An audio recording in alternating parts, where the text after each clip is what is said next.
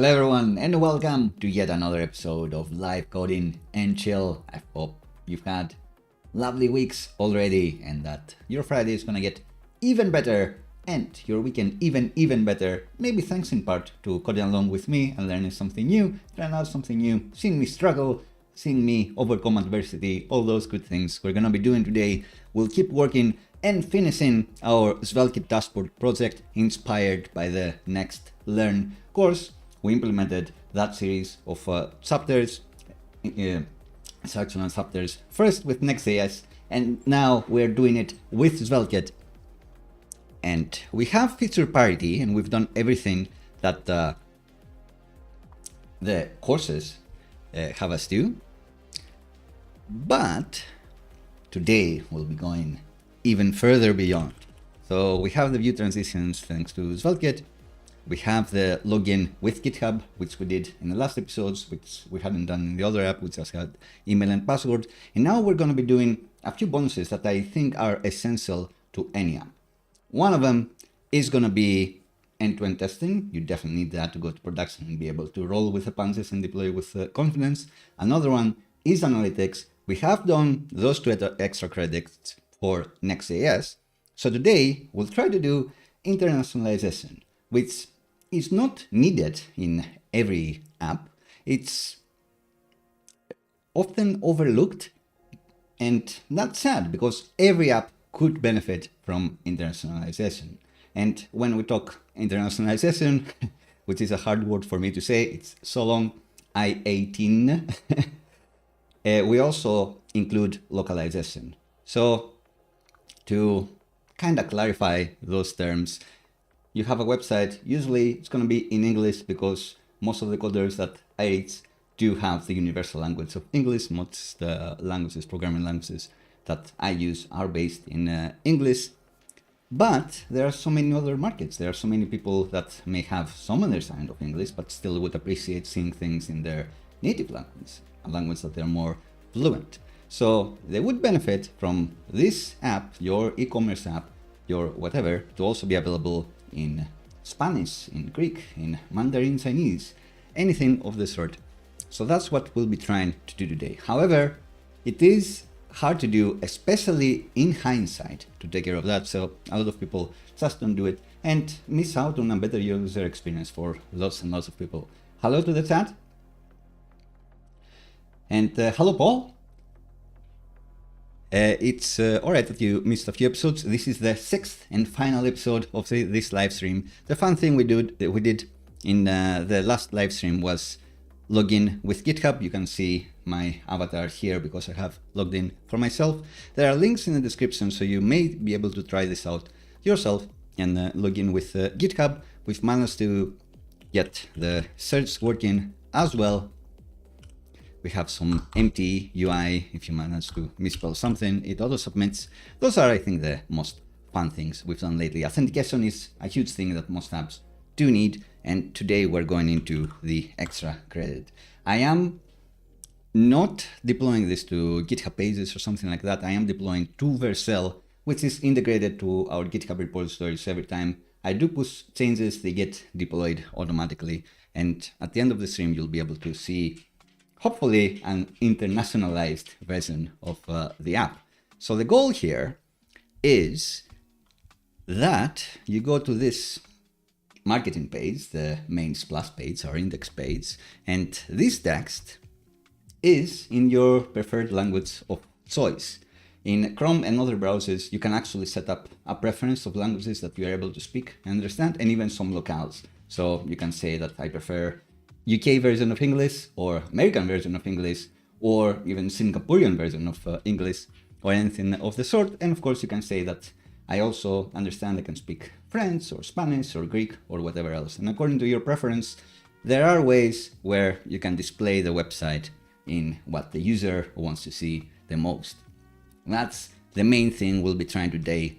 So let's get to it. And the difference, I guess, with internationalization versus localization, internationalization could be just translating the expression, just translating the text literally. So if I were to say it's all Greek to me, in Greek, the literal translation would be Αυτά για μένα είναι ελληνικά, which translates to it's all Greek to me. But that to a Greek doesn't make sense because they can speak Greek. So the localized expression would be αυτά για μένα είναι κινέζικα, which means these to me are Chinese. It's all Chinese to me.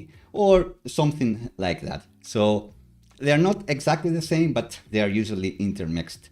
So let's get going and see how far along we'll get. We do have a big agenda, most of it focused on the internationalization part. And we'll see about the extra credit. All right, time for the full-on desktop view. The first thing we're going to do is actually try to see what my language preferences are. As I said, I've set these up on Chrome and I have two Chrome windows here. So on this one, Greek is my first preference, but on this one, English is my first preference. So let's see how we can manage to get that information in our SvelteKit app. And because we want to be doing the internationalization stuff on every page, we'll want our let's figure out the user's preferred language thing to be running on every request. And the way you do that in SvelteKit is by writing something to the main hooks.server.ts file. Only one of those in your source, you can add a hooks.server.ts. We've amended this a lot in the previous episode because we've added the configuration to be able to authenticate and authorize with the SvelteKit auth. And also we're checking whether the user is actually logged in. And if they are logged in, then they can see the dashboard routes. And if they even try to go to the login page, they just get redirected to the dashboard, which is what happens when I even click this button. But if they are logged out, then if they try to go to a dashboard route, then they get redirected to login. So we already have two things that are happening here. We have the authentication stuff happening and the authorization stuff happening. So in this hook, we'll be adding the language stuff, I guess, that should be happening in the end. And hello in the chat, doing well.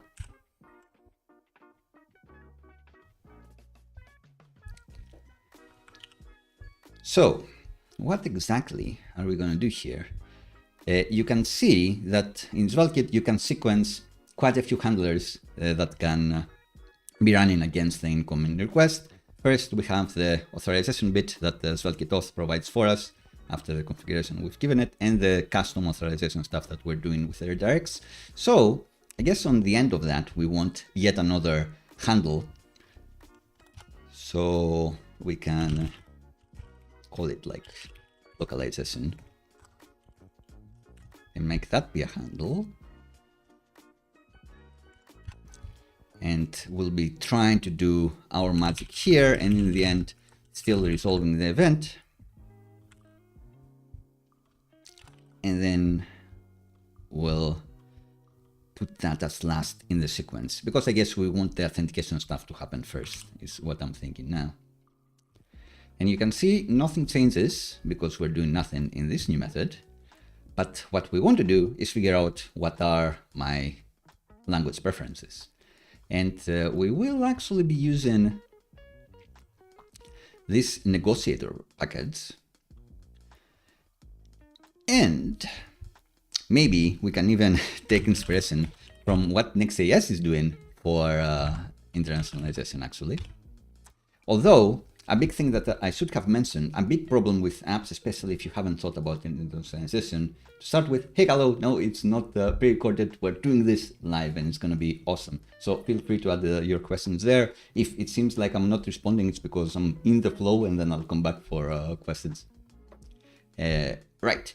So a problem, if you haven't thought of internationalization in advance, is that even Next.js, the way it works now with App Router, it will tell you to prefix every route of your app with a language that you support. So you can magically capture whether they're saying EN or EL or FR or ES or whatever else. Lots of languages that I can use start with E, apparently.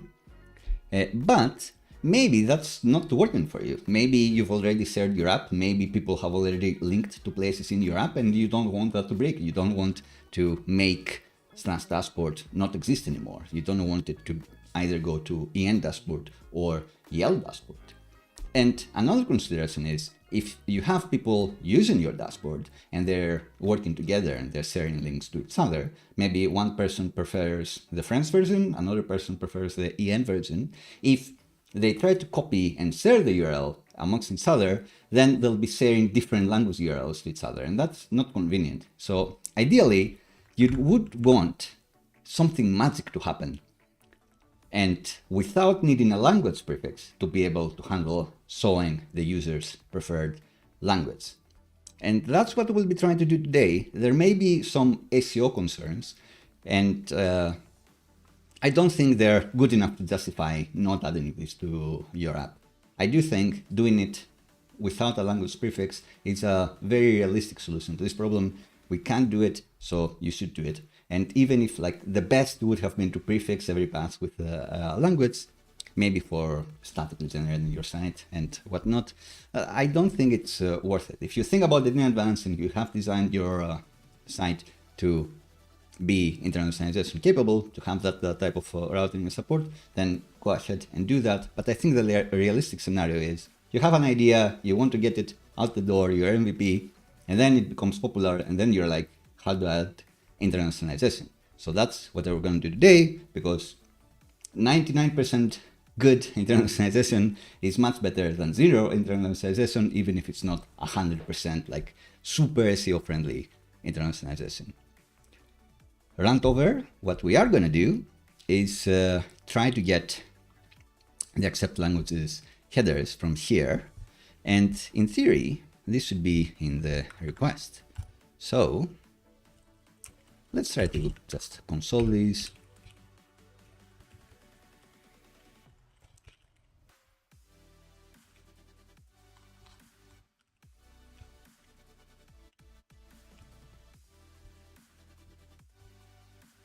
So let's get the accept language header, which we can uppercase for no reason. And we can see that it's all of these happening here. Quite a few. While if I try to make the same request here, you should see that the top language is EL in this instance. So according to the user preference, this like teal version of Chrome, I have a different profile with different language preference.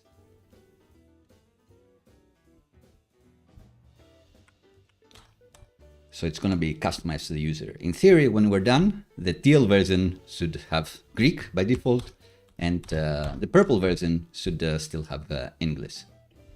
So we've gotten these headers. Now we're going to introduce this negotiator package, which I think does need TypeScript types.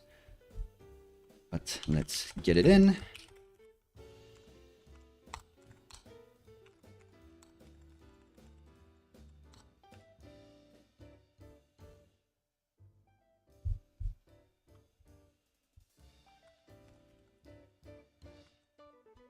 Let's bring it in here.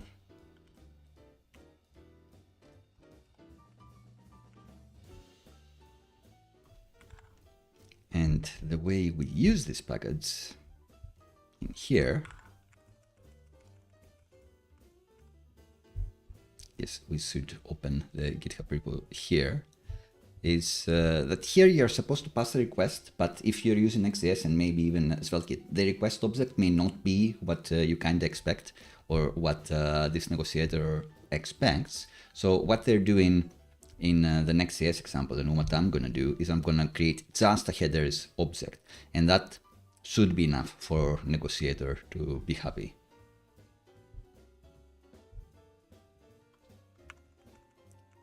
So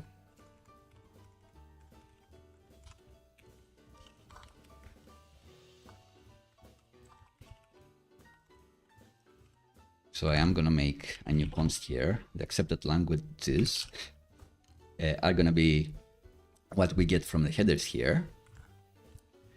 And I'm gonna try to do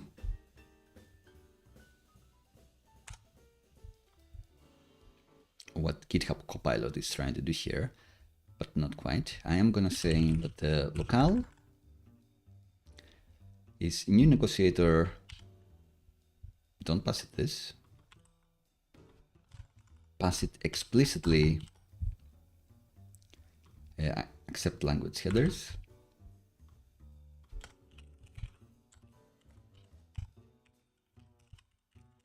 And I think with the negotiator, it literally wants this to be lowercase accept language, which is a bit of a gotcha sometimes. And then I want to do language, which is going to find which language is supported, which is the preferred language, I should say. But I can pass here in this language method the available languages. So available locales, let's say EN and EL. So in theory, this locale should be EN on one browser. User preferred locale.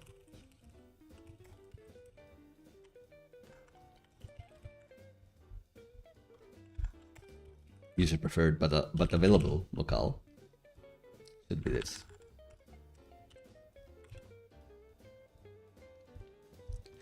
And what else do I want to do? Maybe we also want to say that const default locale is EN for now.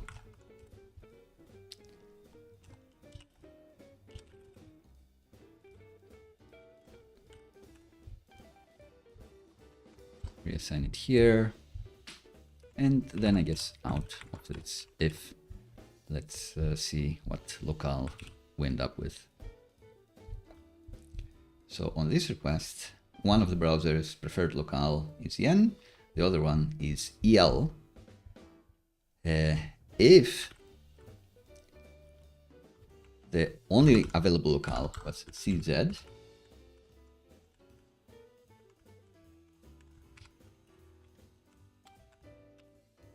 and yes, Paul, we'll discuss this for sure.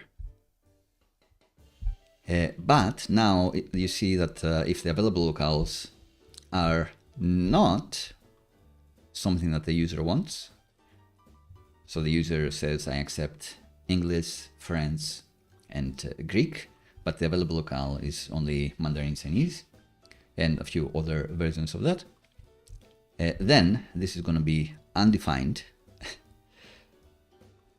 So maybe if I default this to the default locale, it's going to fall back to that. All right.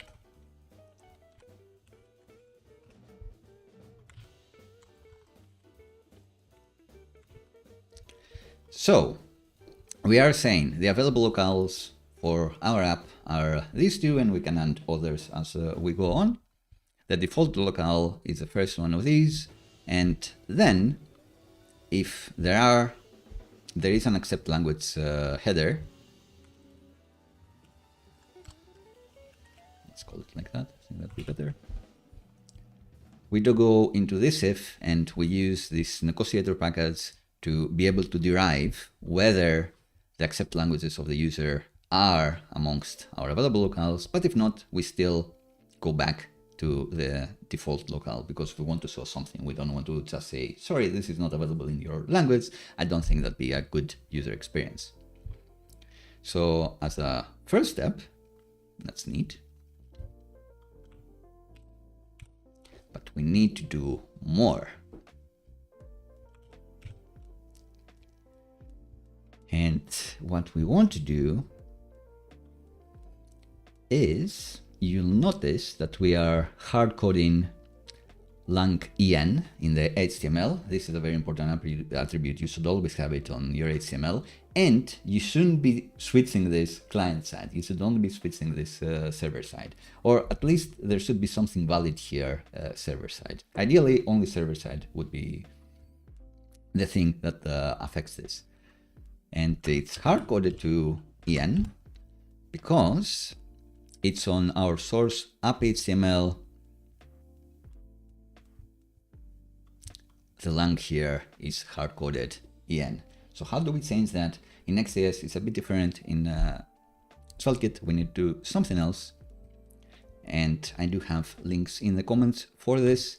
But in any server file and in any handle like the one we're doing, when we resolve, we can take advantage of this option, which is the transform page chunk, which gets given all of the HTML, and we can do something cool with it. So for example, we can replace the first instance of whatever we defined. This is made up, but if it's in the docs, then we can use the exact same thing and set the language to whatever language we've decided we're going to use. So let's take inspiration in that. Here,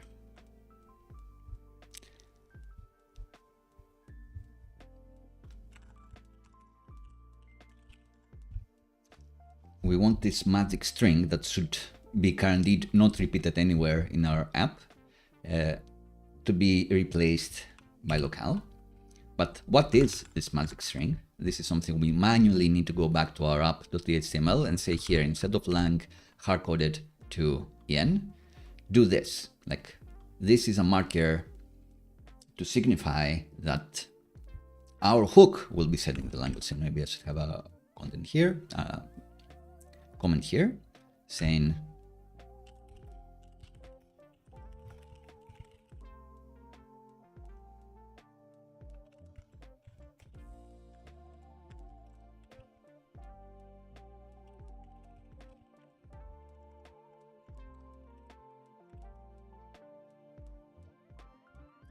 so this could be anything. In other projects, I've called this like uppercase lang or uppercase locale, or it doesn't even need to have these template literals. You can name it whatever you want. But if there seems to be a consensus on what you should call this, lang seems to be it. Like it appears in the docs, so let's just do this. So if my calculations are correct, in this purple window where English is my top preference, things should be the same. But in this one, the language has gone to EL, which is Greek, Ελληνικά, because on this teal one, teal Chrome, my top preference is EL. So we've gotten that far, and that's first part of the problem done, and I will get on to questions. So we've talked about the agenda, we've talked about internationalization versus localization and their abbreviations, and we've gotten the user's language preference, and we added the correct language to the HTML. So all of this is awesome. What we'll be doing next is, according to that preferred language, we're going to be putting in the corresponding messages. We'll do this first by using our custom solution, just to understand how things are supposed to work. And then we'll use inlang, which is a huge library or even a collection of libraries that is very, very helpful when it comes to internationalization. They have lots of tools regarding that. And we'll also use Paraglide.js, which is a part of the inlang ecosystem. There's a link in the description to it, which also links to a talk in Svelte Summit a few weeks ago, which was excellent, but I did find that it was, and how do I say this? So the documentation for inlang is a bit mystifying, I would say. The people of inlang are super passionate on it, and they're experts when it comes to internationalization and localization, and the presentation was awesome. But in the documentation and the presentation, there is a lot of, you simply do this and you simply do that. And for them, it's simple because it's Express. For me, it's not. For me, I needed to pause the video and be like, what's happening here, and try to debug issues and see how do I actually set this up with my SvelteKit app or my Next.js app. So to me, it was not simple. And much like internationalization is important, accessibility is also important. And sometimes you want to also address the novices, the people that these things are not that simple. So hopefully we'll manage to get through the setup with inline and paraglide.js and see if that does make our life easier. I wouldn't classify it as simple. I would classify it as simpler than other solutions maybe, but we'll see. We'll take a quick break to talk to the chat. The middleware service layer, the majority of questions from Paul, a few questions from Paul. Does the middleware service layer contains a majority of callbacks and event handlers, which are methods? We don't have that many callbacks, like all the interactions are based on HTTP calls to server. So the server does quite a lot of stuff. So that's probably correct. There are three things that this middleware is doing. It's doing the authentication, the authorization, and the localization. So that should put it in the top spot of the things happening in this app. For example, the other thing that has quite a lot of user interaction is the search, and that's just like one thing that handles as the user typed something and then talk to the server and go to the correct page. So fewer callbacks, I suppose. So you are right in that this middleware is the one that has the majority of the callbacks. What's the significance of transpilation cross-compilation, or are they one of the same?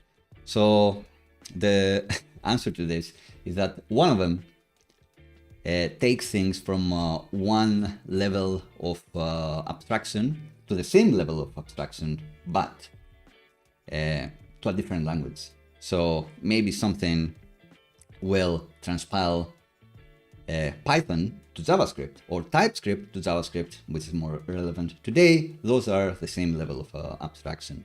But a compiler, in theory, will take something from JavaScript to machine code, like zeros and ones and that sort of thing. So if you stay in the same level of abstraction, usually you mean transpiler. If you go to a different level of abstraction, usually you mean compiler.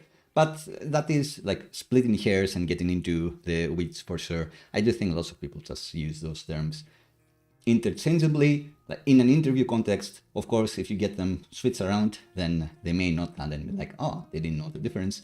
But in reality, you will find lots of material like using those interchangeably.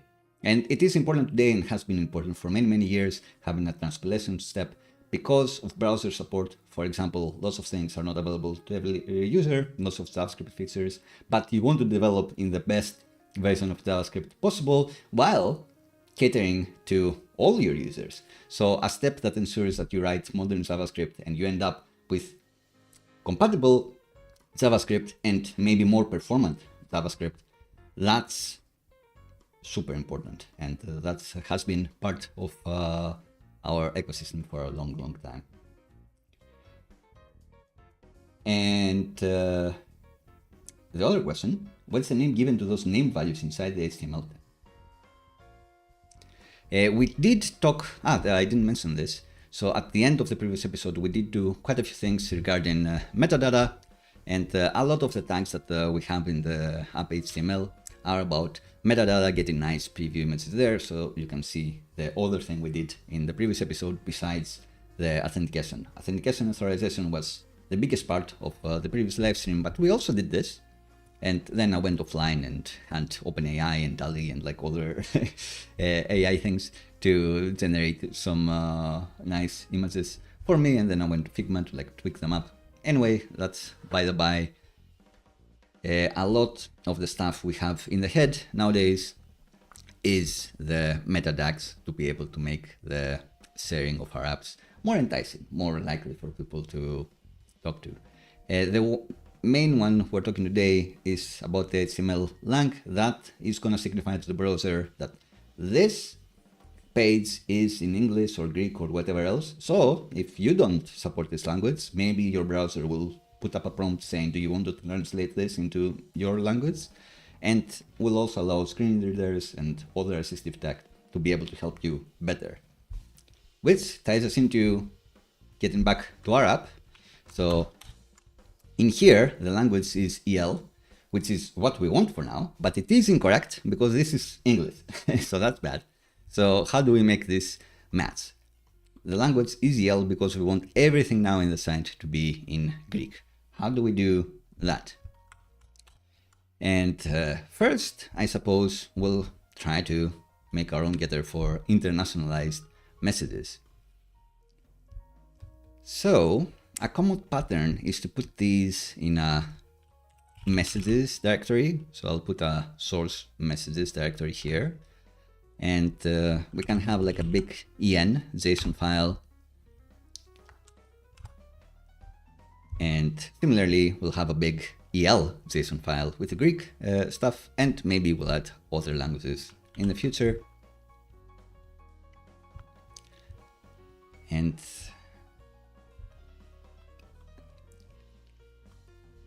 what we want is all of this. Wow, this has a lot of dynamic links, so that's actually quite tricky, but we'll make it happen. Make it happen eventually. Let's call this marketing hero.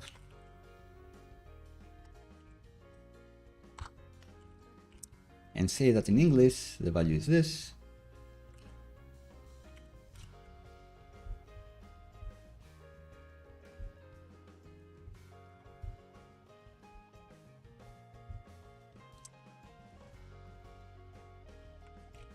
And we want an EL file. Well, you'll have to excuse me as I type something in Greek.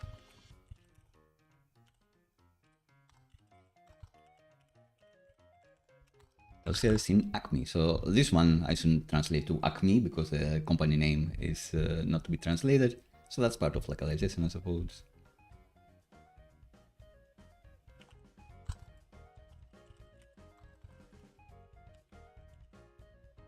It's my spelling Greek. That's an interesting question.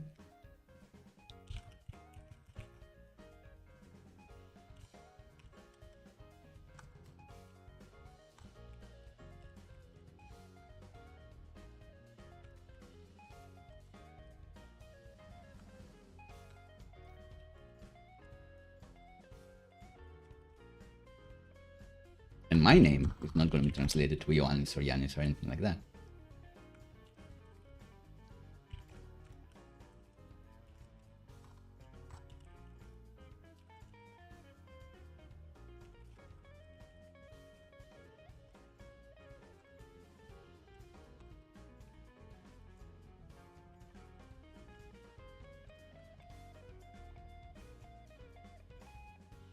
Cool.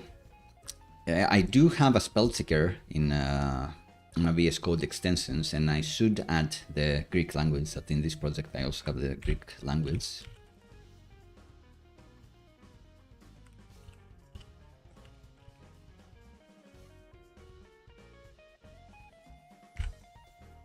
Say that here it's EN-EL in this workspace, and doesn't quite work, but hey.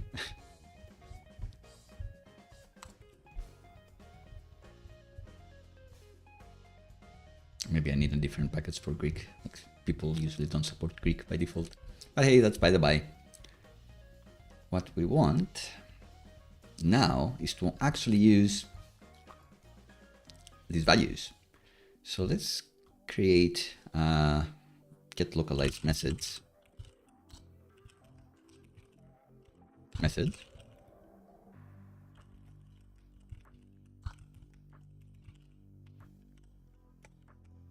Which indeed takes the locale and takes the string, and then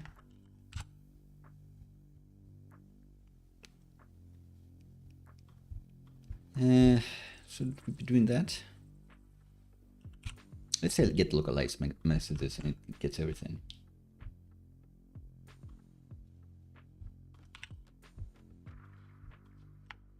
Yes, Paul, in the channel I do have all of these episodes in a playlist, the 6-part playlist.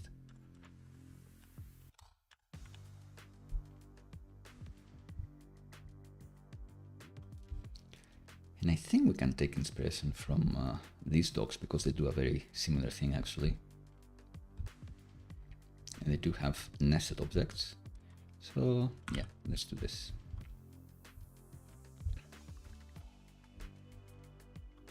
Maybe we can call this messages TS. And in here, I can say that messages brings in, maybe I want to call it, maybe let's have an I18 helper directory. And in here, we have messages.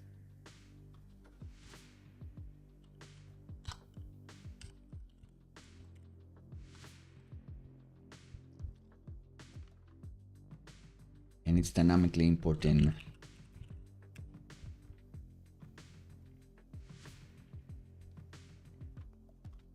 the English one and the Greek one.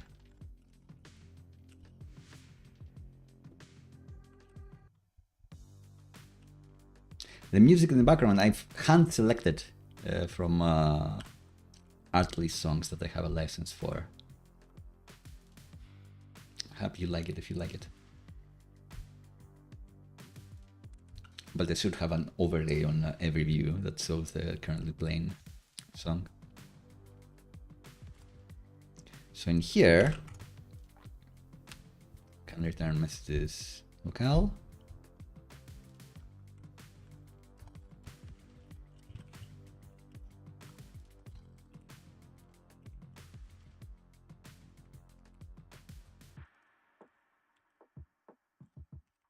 Or the en, which is the default locale.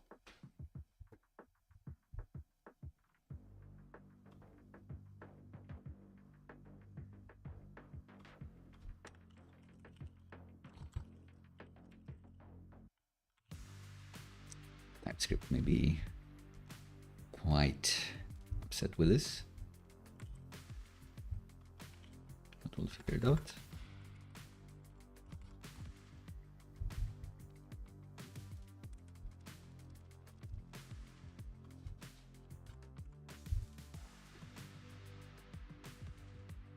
Say that this is a record of string to record of string and string.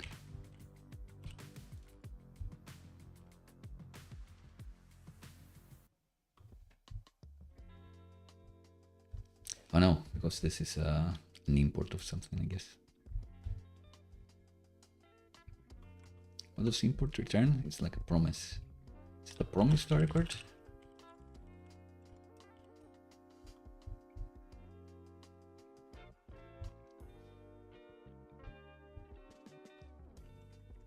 It's unknown.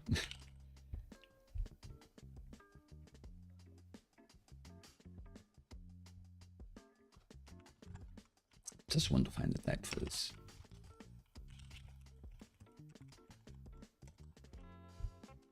So this, yeah, I know it's defined and never used, but what is it?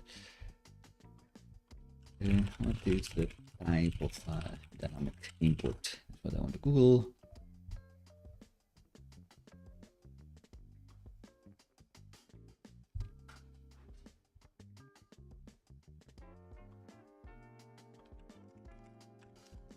So let TypeScript do its magic and just understand this.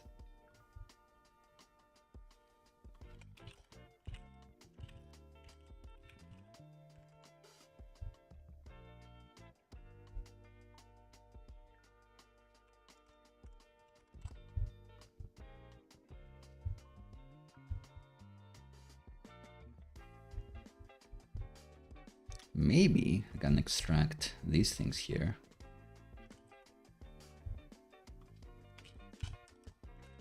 Available locales and the default locale.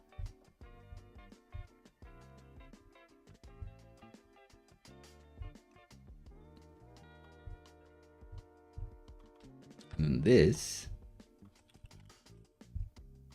there's some crazy TypeScript typing that can happen here. So TypeScript.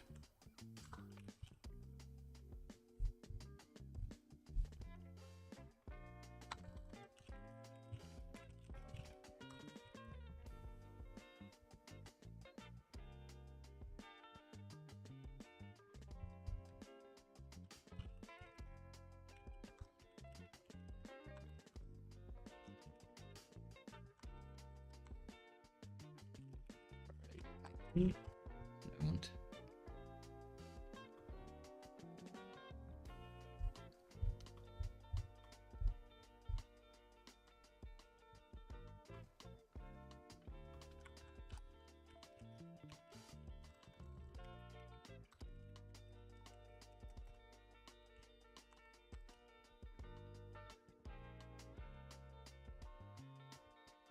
All right, that seems like it's happy enough.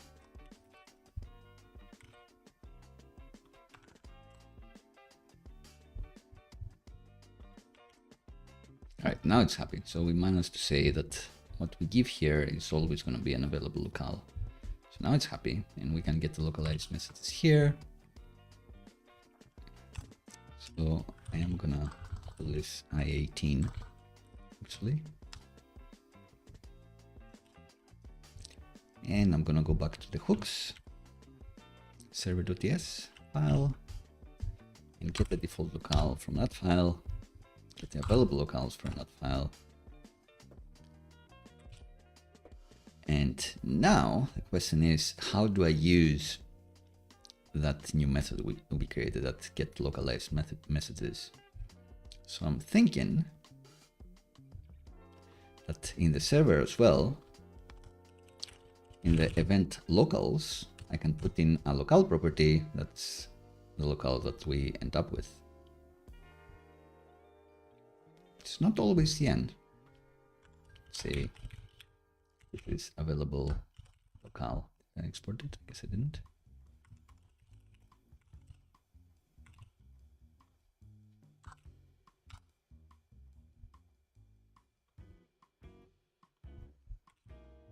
But now, since I'm adding stuff in the locals to be used elsewhere in the app, I need to extend them here, and I can say interface locals, locale is available locale, this, and import this type.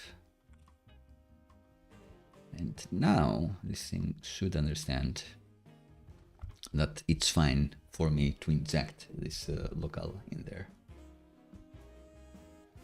Why am I doing this? I'm doing this because now, if I go to the server method, the server load method for this page,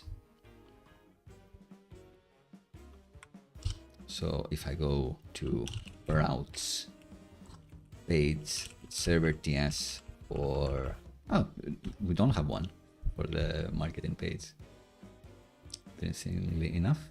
So routes, this page is without a server method. Let's borrow one. Let's create one. Class page.server.ts, and we can export const load. And this is gonna be server load, page server load. And inside the request, the important thing is that we can, this gets given the locals as well. So we can expose the front end that the current locale is whatever is in the locals as well. So in this page, let's do that first. Instead of all of these hero messages, let's say that I want to show, to export lib data to make use of that. I want to show the locale here. So this is en for now. And for my blue one, for my teal one, this is el, Greek. And actually, I am going to return the local as part of the layout server method because I do want it available in every page. I think that'd be neat. Like every page could use this. Why not? It's fine to expose to the client and the users.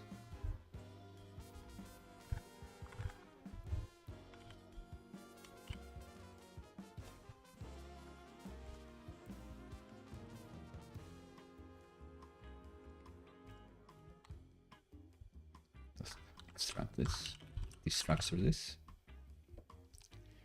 So now, even if we don't return this, this is still available because the layout, the core root layout that we have is loading this in for the UI to use. Great, but that's not exactly what we want. We want that information to also pass the relevant messages there.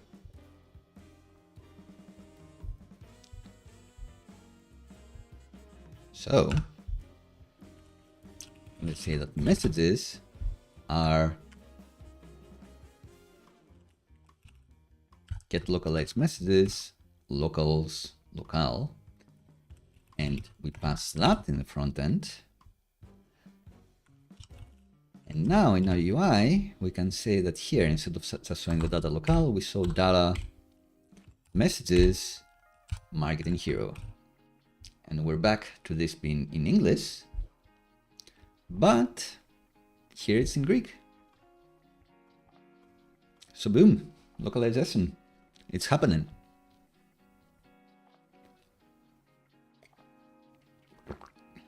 Again, the user has no choice on what they're gonna see here, but they have a choice in regards to how they've set up their browser. So the language settings here, you can see that Greek is my first one, and that's why in this teal version of Chrome, I do see the Greek version of the website where we're gonna localize everything. The way we're doing it now is a simplified way of doing it. We are loading all the messages that exist and passing them to the UI, which is not maybe what you want to do, because now we only have one message, but if we have like 10 messages per view of the app, then that starts adding up and you're shipping too much to the client. But that's a concern for later. We could optimize this, and instead of having a flat key here, we could say that the index route has like this, this, and this, and you can keep nesting your translation strings here. And then your getter method would be saying only load the index strings, which shouldn't be too much. But theoretically, what that Svelte Summit talk about Paraglide.js was all about is that with the compilers that we have today and the transpilers that we have today, we can just do something easier, simpler. Let's see if that's gonna work. But first, let's change this login to also match the user language.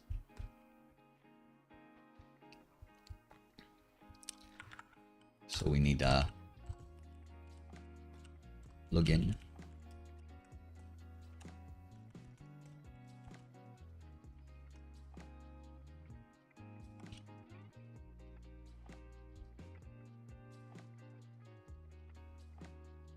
And we need to replicate this in our EL file too.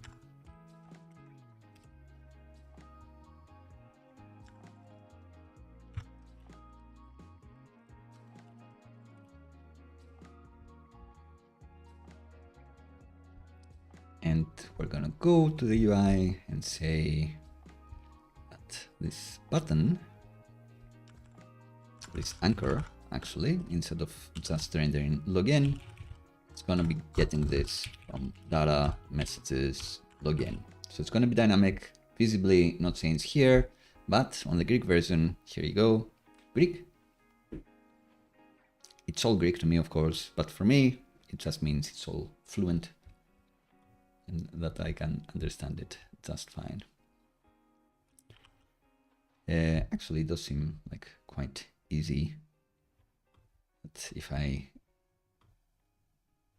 do move Greek further down and refresh, like we are back to English.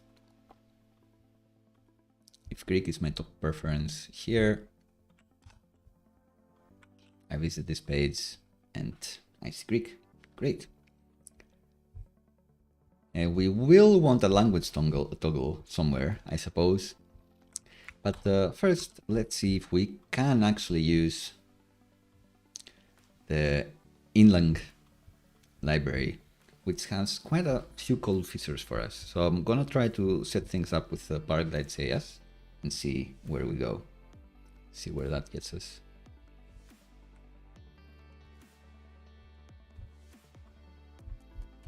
This is a talk. Let's try to initialize this.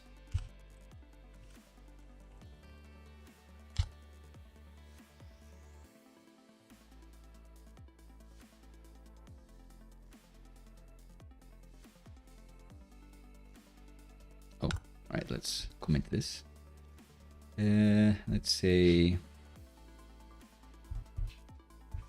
here.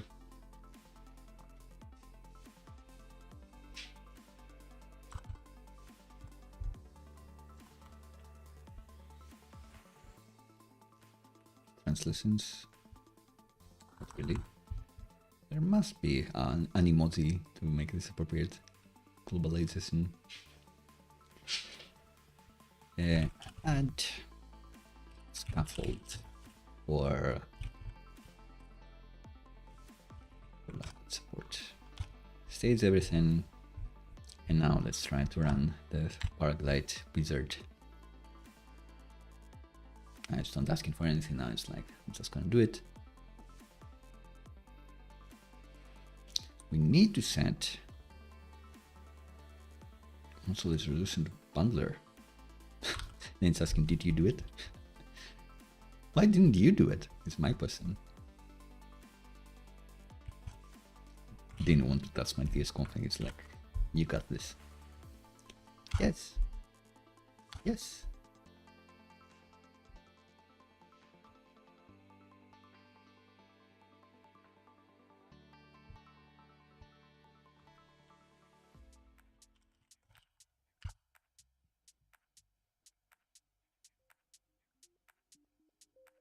So let's see what this has added to us.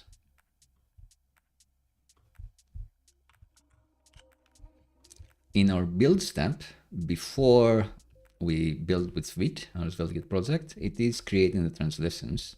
It's not sure if it's gonna work, but hey. And it's only brought in at inlang Paraglide.js in the wrong place, I may add.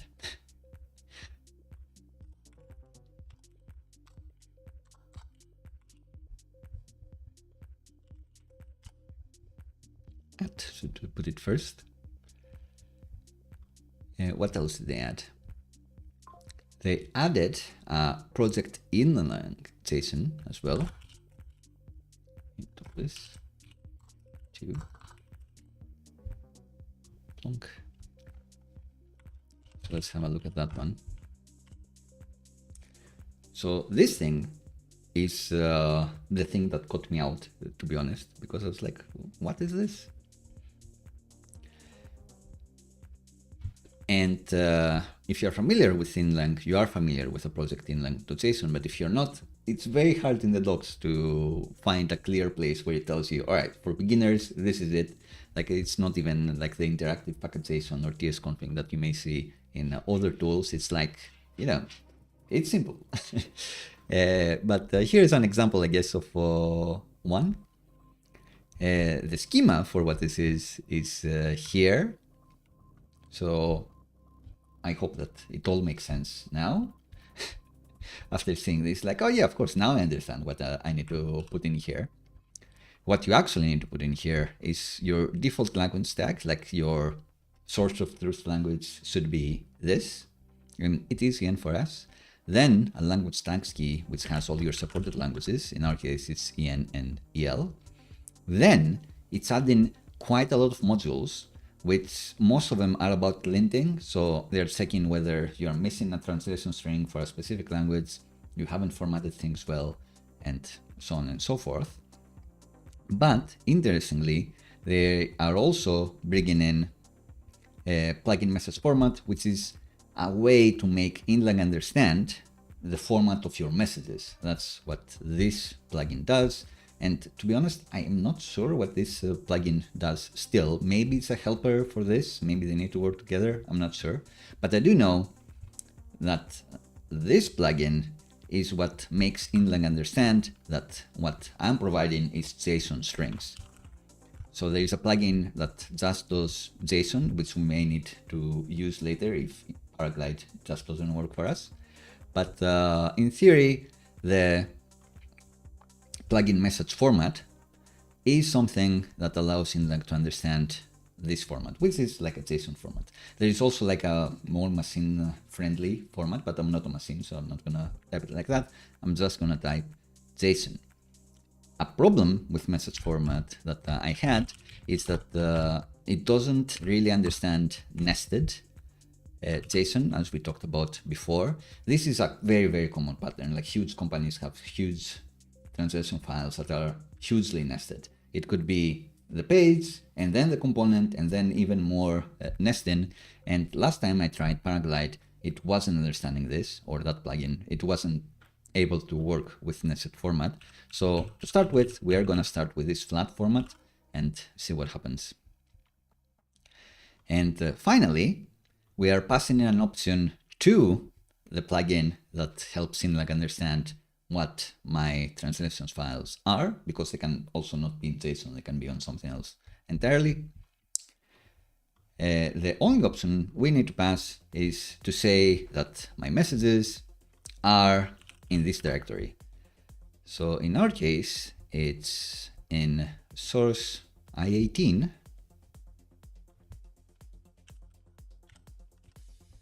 messages. And maybe, I'm just thinking, maybe that's a bit silly. Maybe just in source lib. Yeah, let's say in source lib is where I will put the i18 thingy, and source messages is going to be the folder that I'm going to be using. So forget this folder ever existed. In lib, I'm going to have this helper, and this is going to go back to find the messages from there. And in my hooks,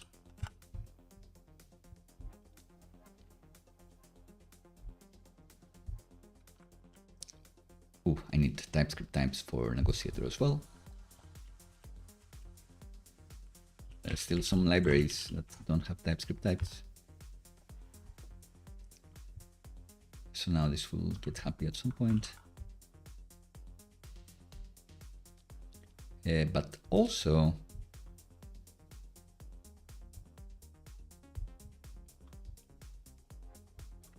these are correctly brought in from lib or $lib. So I did switch things around and nothing seemingly has happened or broken, which is good.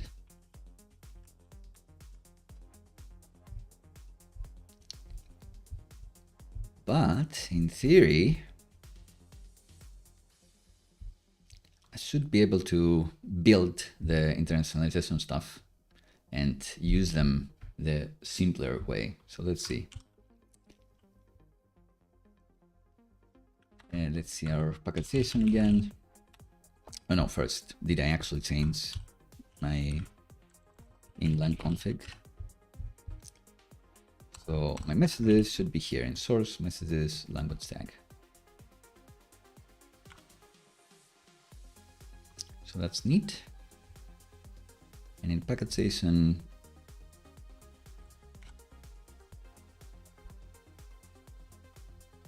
directly trying to find this. Maybe I'll extract this into a different string, different script. Maybe call it generate i18.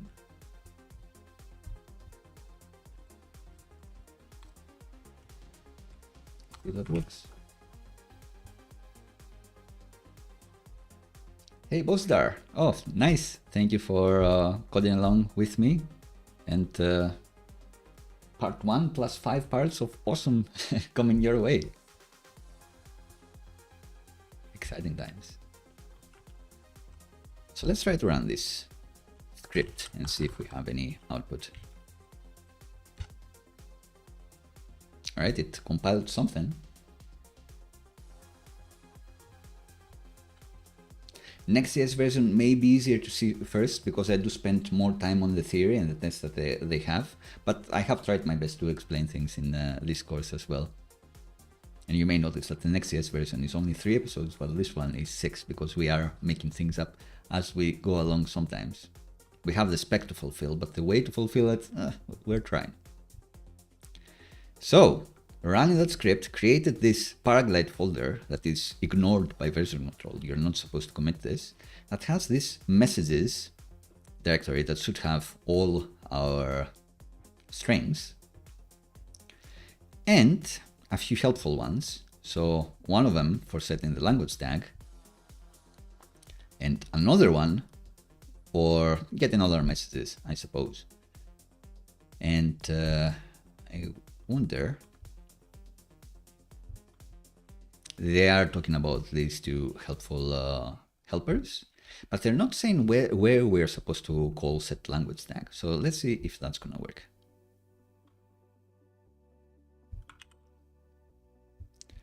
In theory, if we go to our hooks server file, and here in our localization thing,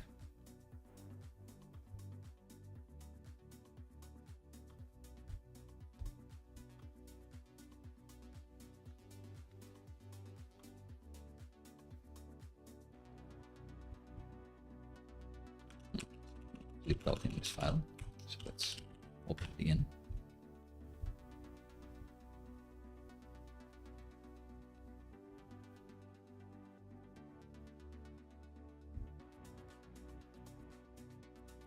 I will need to check whether this is an available locale, but it should be, so we can just typecast it, I think.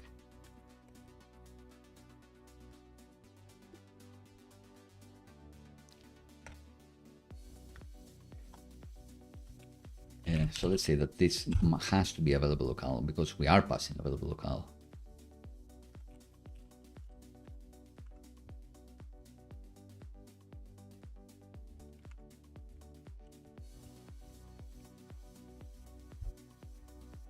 All right, so that's some weird typing stuff. Negotiator says language, this method takes a string array, but we're passing a string array, but it's a specific string array. So I'm not sure.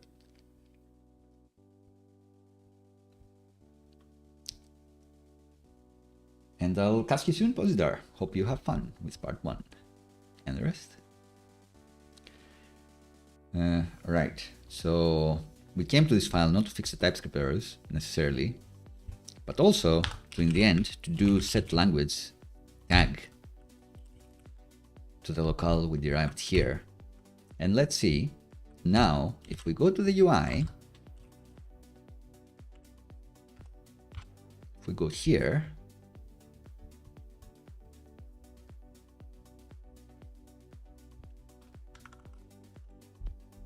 in theory, this library claims that we can just import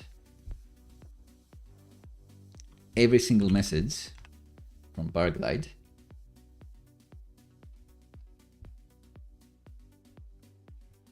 something I said triggered Siri, but no worries. Okay, Siri, that's fine.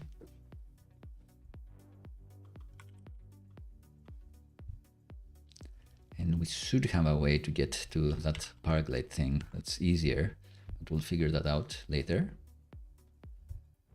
So here, instead of our own custom thing for getting the marketing hero, M should have a marketing hero method that we call.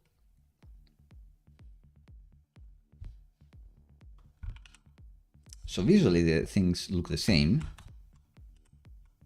but it does look like this hasn't quite worked. So even though in the middleware we did specify that the language is whatever, this doesn't understand that the language is X.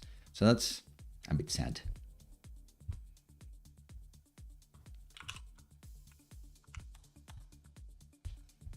So should we be running the language tag like every time? Did we call set language tag here? Yeah, I guess so. I guess in the data we do have.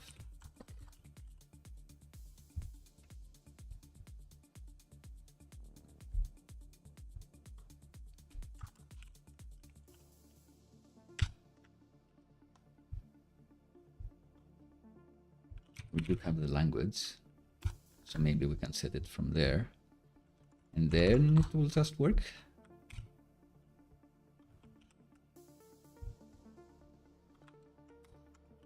All right, so that worked, but do we really need to do this like for every file? Let's see if we can do it just in the layout. So not running this here, but running it in the layout could work.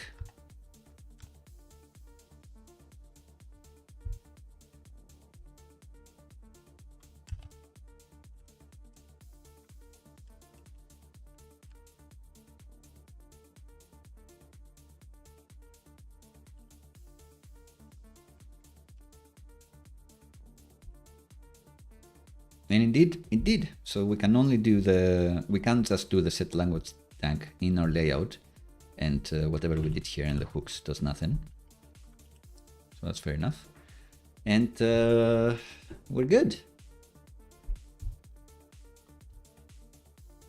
So my question is,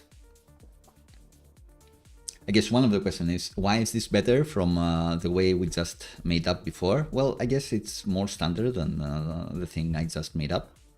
And supposedly, the way for importing these messages like this allows the build step to strip away anything that's unnecessary. So this should just make this resolve to a single string, like what the user is saying in the page, without needing to have all the translation strings on your app. So it's better for the user, smaller payload to the user. And yeah, I think that's it. It also means that you don't need to like mess with your own like method to import the messages and whatnot. You have that taken care for you. So this will break because we're using this in one more place. We're doing data message login, but we will say m login. Call this, and if we go to the server, because we don't need a server file anymore for this page. Yeah, that works. Back to just working, and everything is in Greek. Everything is dandy. So it's on our layout file where we take care of the localization. On our layout file, we also expose to the front end what local you're on. We'll need this to do like a language toggle as well. And how this got into the locales on our hooks server.ts, we created this localization handler which gets the accepted languages of the user, tries to figure out, do we have an available localized locale that is good for them, acceptable for them.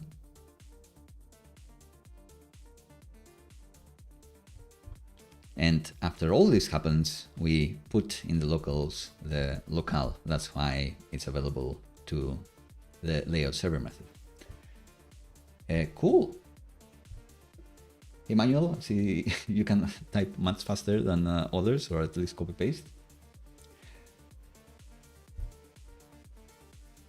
And I hope your journey in programming goes well. I'm here to help, for sure. And one of the reasons I choose Svelte and SvelteKit is because it's more similar to vanilla HTML and JavaScript and CSS, as I keep saying. So it is a way to get into engineering, even when you don't know much from those three fundamental ones. While if you go with Next.js and React, you need to know JSX, you need to know a few things that are React specific, for sure. For example, this one with the localization, even though we're using the hooks, it's not that different to what you'd be doing in any app. Right, so success so far. We did manage to use this, and we can localize more screens, but let's commit this. I think this has been a success. So we're gonna be showing something cool very, very soon.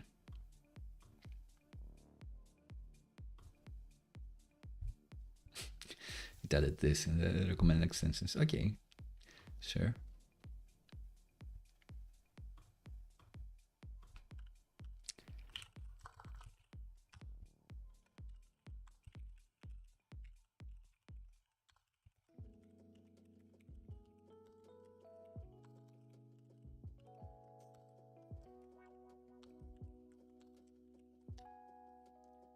So here's something really cool that I hope is just gonna work.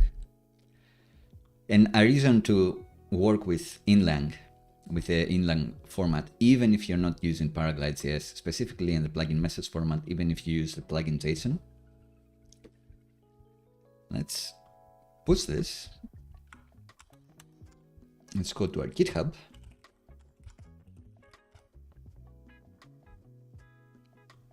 Let's run a pull request.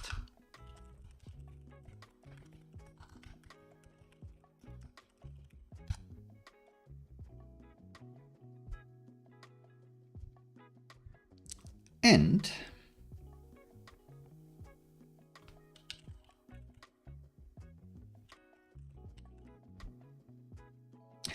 so another thing that this is the inland website, and I'm trying to find the super awesome web browser for inlang, and it's kind of hard. Like I just happen to know by now that it's like Think message editor is the cool thing that I want to show. And let's see, I'm not sure if it's only gonna work if this is merged with my main brands. I can switch to this one. And bam! So the cool thing with this, you can point it to any repo, and if it's an open repo, open source repo, you will just be able to see these files without logging in with GitHub. But even private repos, all you need to do is sign in with GitHub, and that's it. And I think that's a cooler way to be able to do translations than going into your JSON files here. Sadly, and I don't know why, even though you can add languages, maybe I do need to merge this with main for this to work. Even though you can add all the core languages and then go here and add your Greek variations or Chinese variations or Mandarin variations or whatever else, you cannot add new keys, which I would love to be able to add the keys here and then go to the UI and add them there. But we will be showing this in action, I guess. Let me know if you think this is cool. Let me know if I've explained well what this does. Because if you don't think it's cool, then it's my fault. I should have presented this a bit better. What we are gonna do is finish localizing this app. There aren't that many screens, so we can do it. So here, please log in to continue.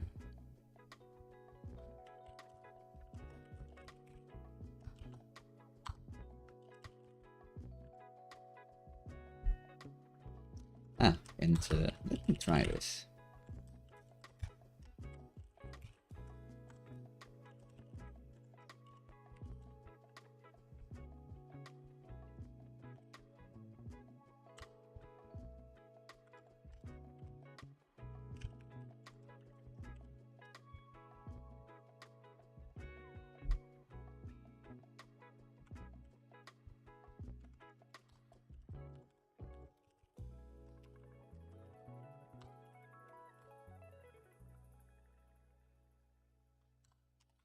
So my question before was,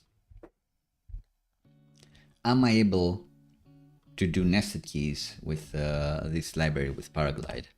Let's see.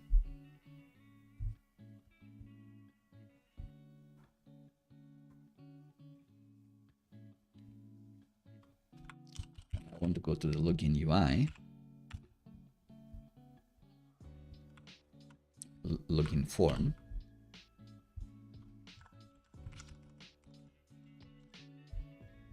Import all the messages. Import star.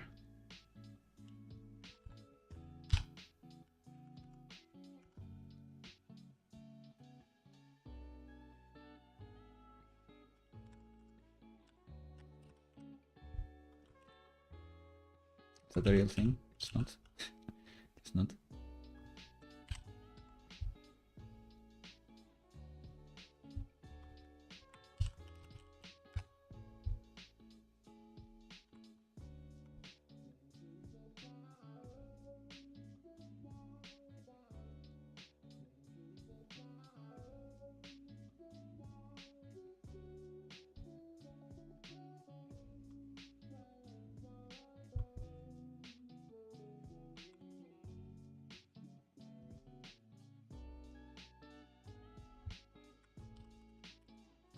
See if I can have like a nice config here. So git alias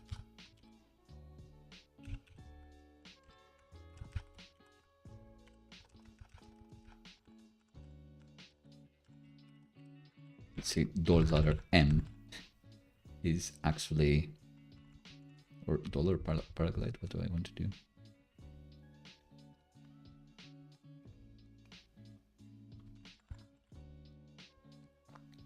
Yeah, let's say $M is actually source Paraglide messages.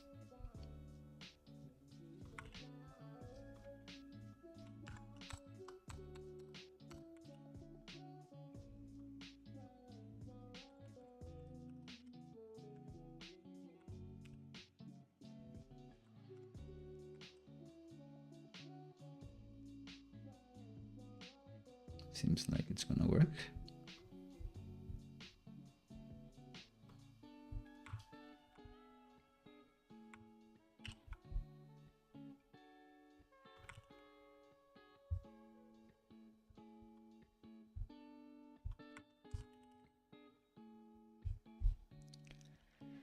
So our login form here,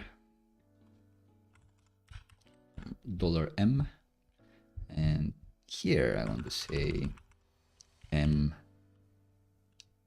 something. I guess it built, but maybe it didn't quite work. Let's see.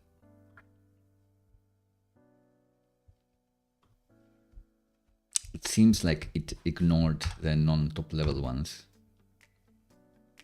sadly. Which is fair enough. It's just something to keep in mind. So these got ignored. Keep in mind, you will need to keep a flat structure as it is now when you're using Paraglide, which may be a deal breaker for some. Lots of people that already have Internationalization set up will have nested the properties, and then it'll be less keen to migrate to Paraglide. The reason for Paraglide is good. They are saying that it's part of the magic of how they are able to only zip to have the compiler understand what exactly should be on a single page in a single component without getting anything else. If you get into nesting, then that's harder to do. So I understand.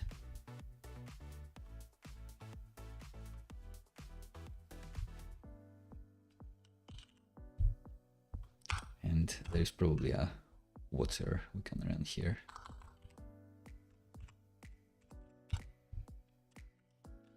Please log in. And it may make sense. Let's log in with.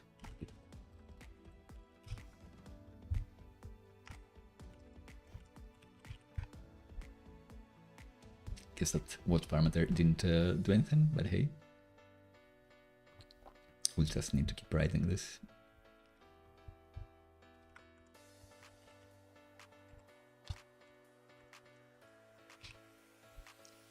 So, oh, interesting. You see undefined here, which I'd rather you didn't.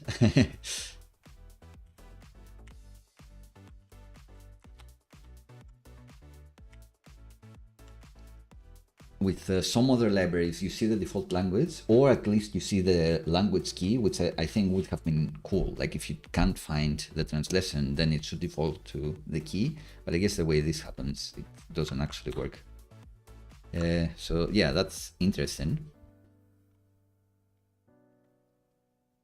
to say the least, but also fine. I will be trying to do the translations in the UI here, because I think that's going to be pleasant. But that means we have like just a couple more pages to go. Let's see how fast we can do those. On the header, we have no UI, I guess.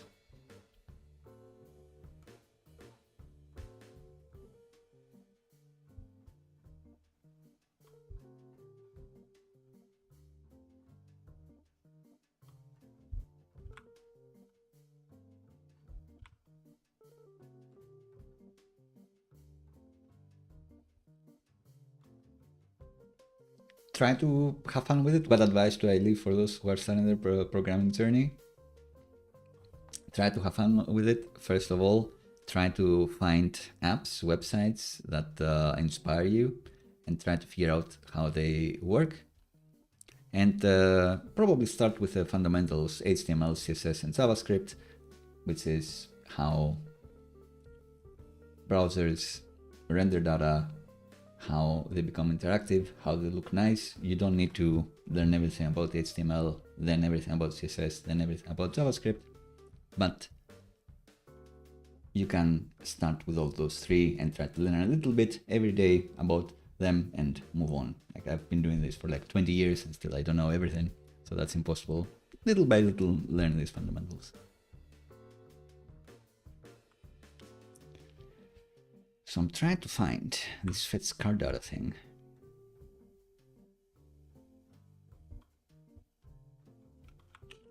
Where are we doing like collected? Ah, here it is, dashboard card. So this one, we also want to be dynamic and translated.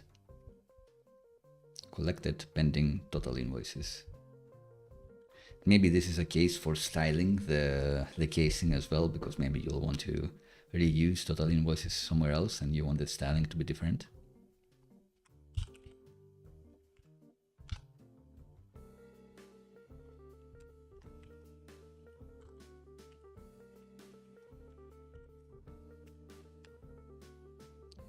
Collected here.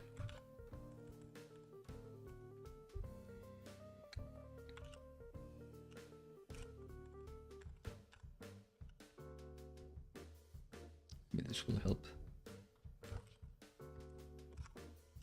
This will help me remember what I want.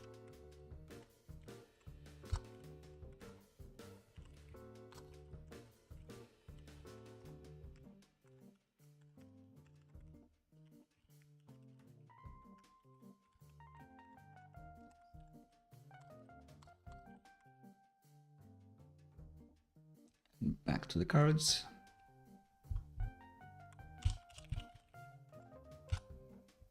So if you remember our original way of doing this and having the server load method get all the messages, then we need to be passing those in all the way to this component, which would have been awkward.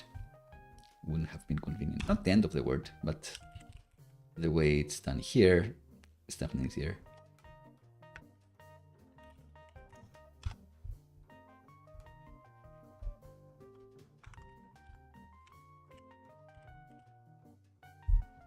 Need to build again.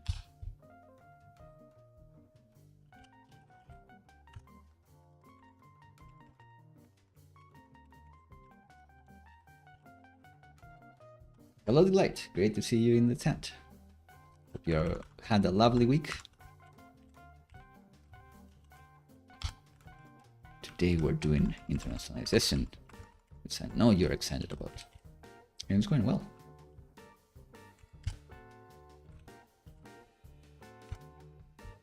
So this is actually total customers, this is total invoices.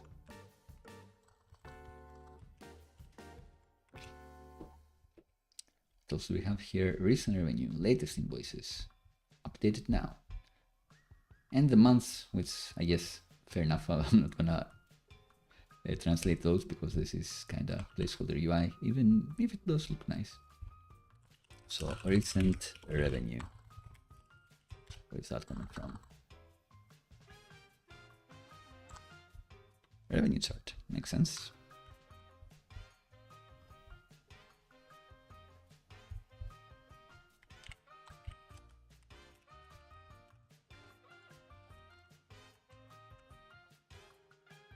We also have latest invoices.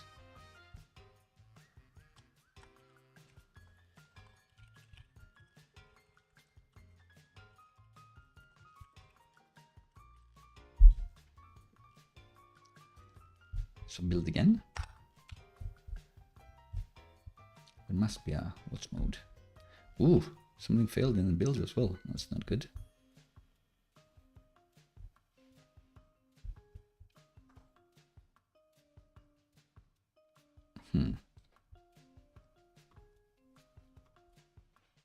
Fix that real quick. 20x.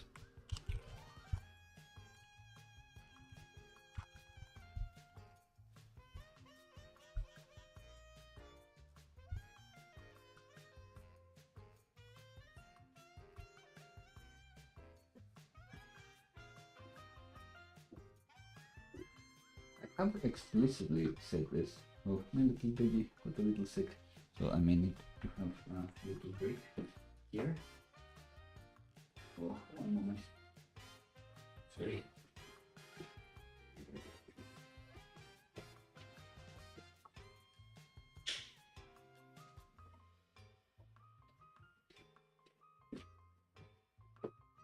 My little puppy is parked, so we're back. So I was trying to be fancy with the version of Node here, because Vercel is supposedly supporting Node 20 now, even if it's in beta. And clearly, I have told them this one, do Node 20. Why wouldn't you do Node 20? But that is by the by. We can we'll put in Node 18 here.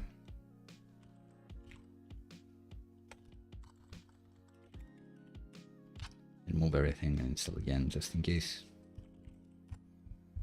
It's not worth breaking this project over, even though I am excited for Node 20 for sure.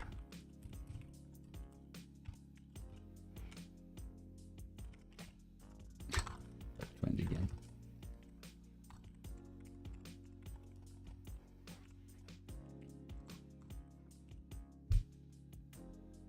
So yeah, let's say 18x here should be fine.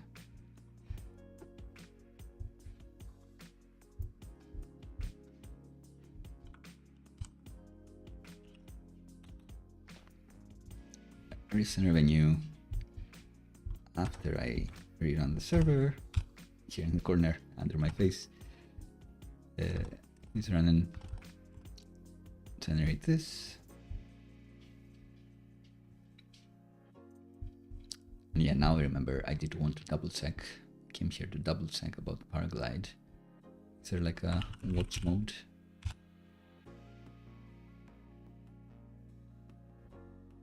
If you have installed the watcher, come on. For example, you can do this if you've set it up. Thank you. All right, so I will be manually doing this for now.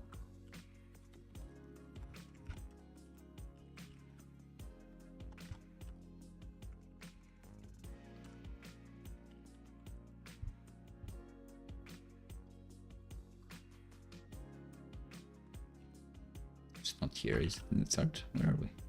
here. This here.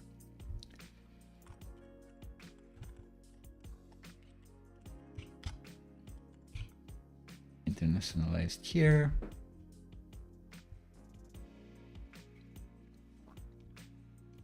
And latest invoices.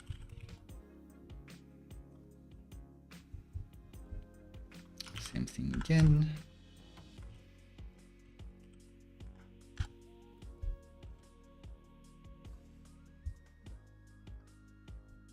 And there is like some other things that are not quite visible that I will need to change.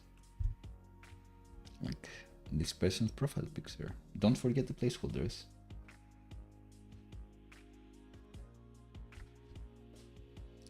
Question from Delight: am I using the VS Code extension by Inlang? I do have it, but last time I tried using it, it didn't quite work. So I will try again now and see if we have any more luck.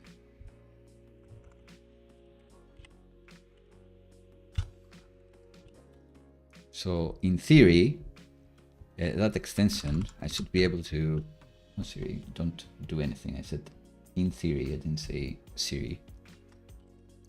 In theory, with the extension, I should be able to highlight this and extract a message within Lang, but it's like this one is not working. So I don't know how to debug it. I did try to debug it for a little bit, but I was like, let's move on with our lives. In theory, extracting this message should be getting you in that EN JSON, I guess, and then that message is there and ready, which would be awesome. That's exactly what I want, but I haven't been able to figure out the plugin.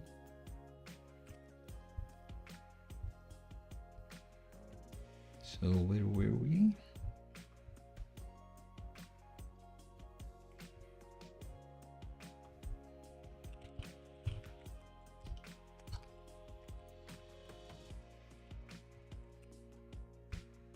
Just now.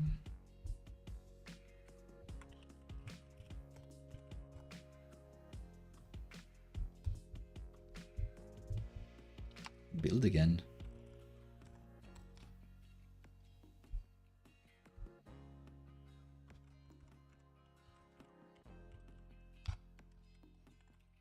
At some point, those translations will be repeating themselves as well. There are some like this thing you should have in more tables. If you do figure out that plugin, let me know if there is like something that you need to change to make it work, because it would be awesome. So this screen, I think it's sufficiently localized for now. Let's go to this.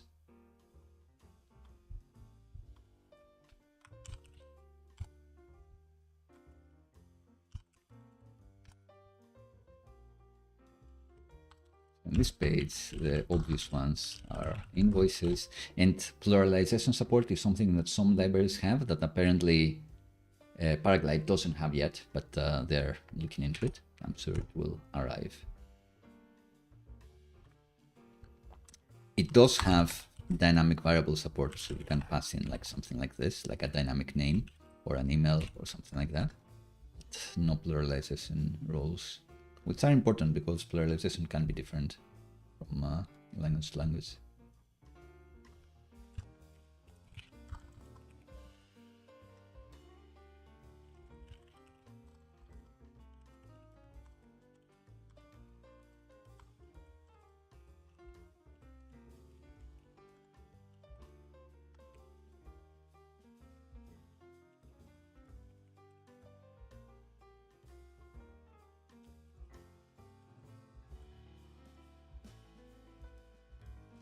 So all of this, and we also have a few statuses,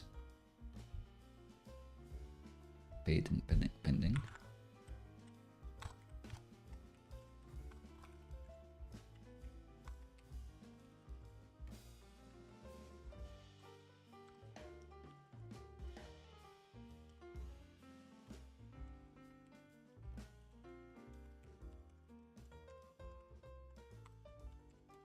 Probably have UI taking care of this. Oh, we have another one. Great.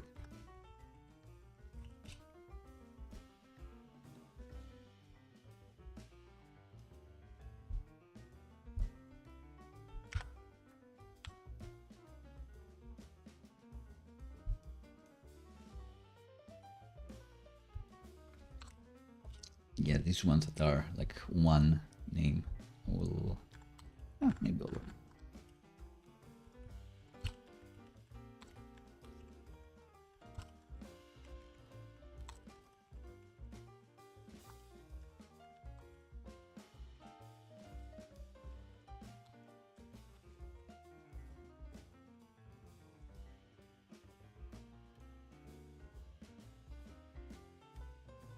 all of these that are like short sentences, I guess. I'll have them like this.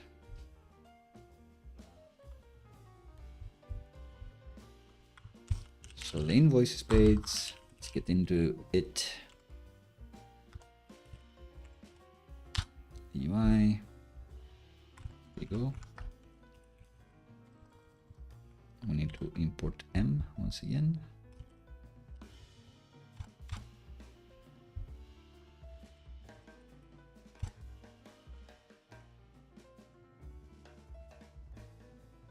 Oh, create invoice. We didn't type this because it's hidden. We'll do it later.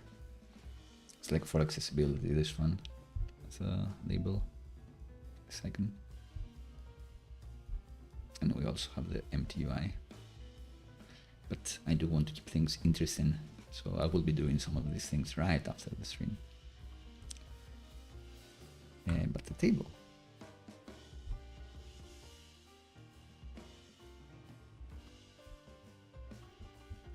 No, even the heading here.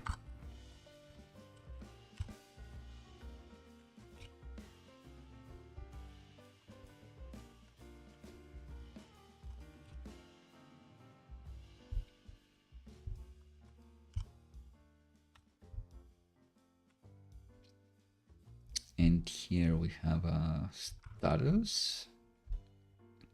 In here we can once again import M and say M trending or M paid.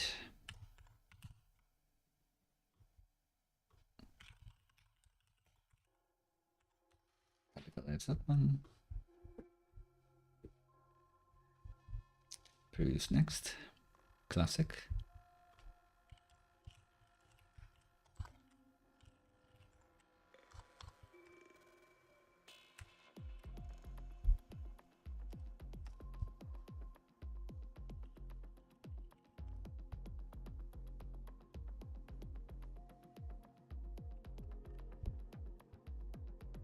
Let's import M once again.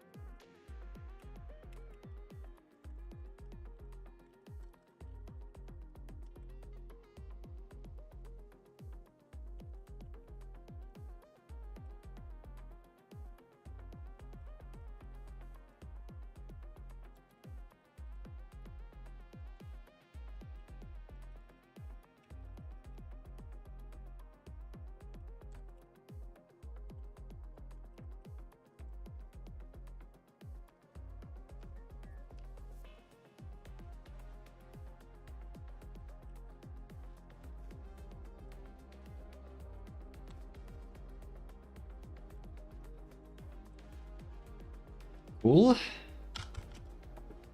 Alright, nothing else is obvious in this page, and this one we haven't really done, so I think we're good.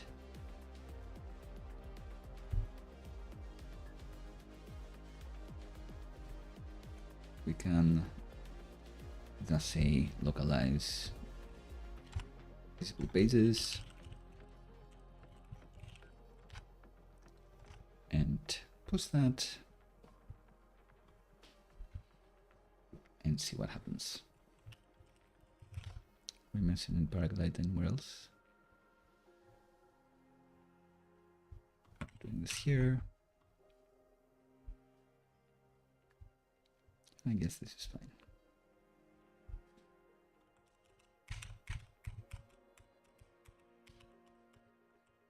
All right, let's see if our project is going to build.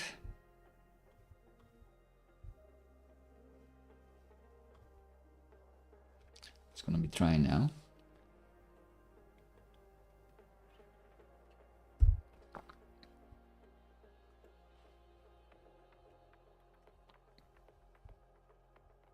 It's not going to take too long. And let's see what else do we have in the agenda. Adding another language. I'm not sure if we're going to do that. We're going to finish the Greek version for sure. So okay, this a bit more, and actually, a bonus was toggle.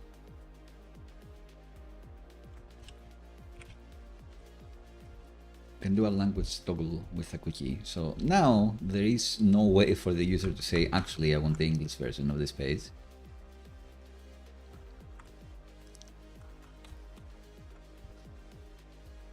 Which is fair enough.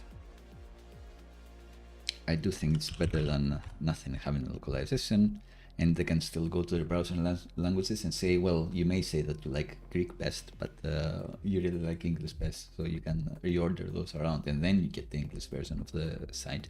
But it'd be nice to have like a language drop down or something here, so you can more easily change it. And make it obvious that there is the language support as well. So that may be important to do. Ready. So this, I think we may just merge.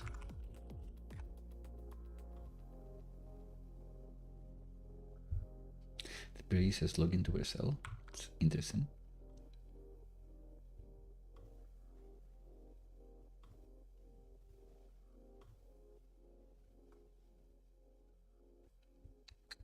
Let's run the formatter as well, because the generated files weren't respecting prettier. This one.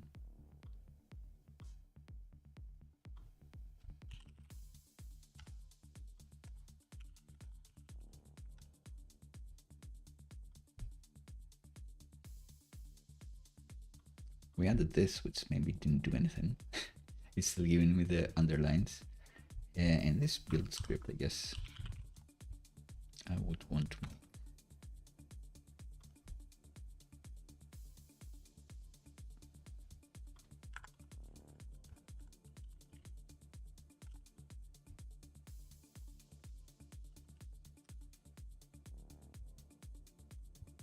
make it build like this.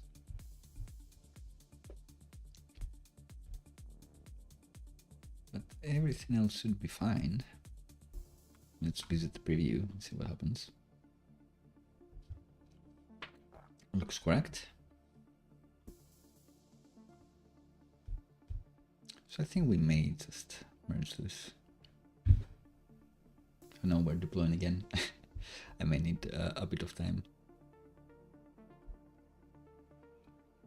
And then if we do the switcher, it would be a bit easier to show the new translations that we have. The collected one. Should be in the card.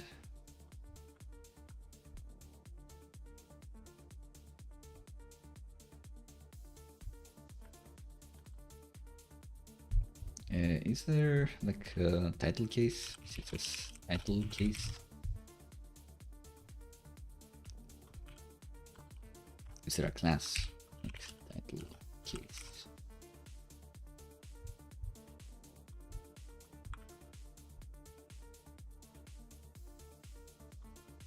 Yeah, it's this one. Sure. I kind of remember this.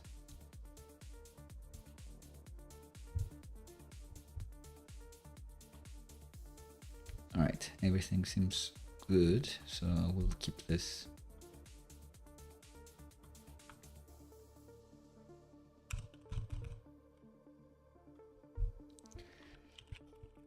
That's this. Check out main pull from main.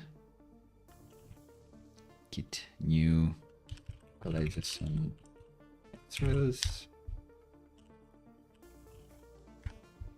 Pop this and run the server. Maybe immediately.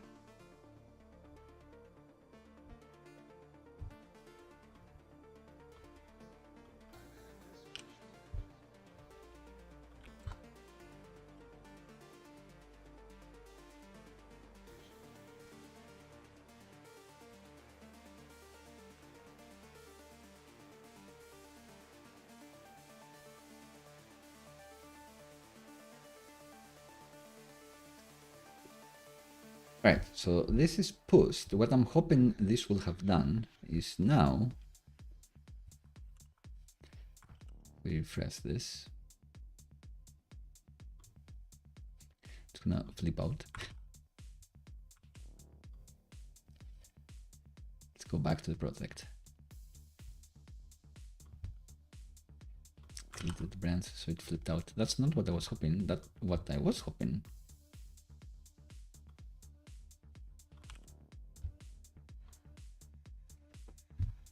Is now you can see that we have more UI and we can more easily push the localization string changes. So this should be easier to and more easier to do and maybe more pleasing for everyone watching to follow along.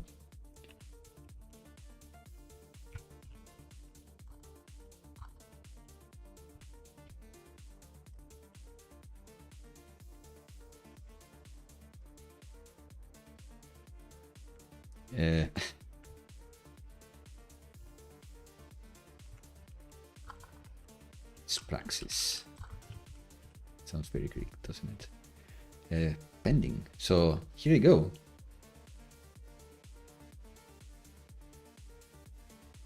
Let's do machine translation.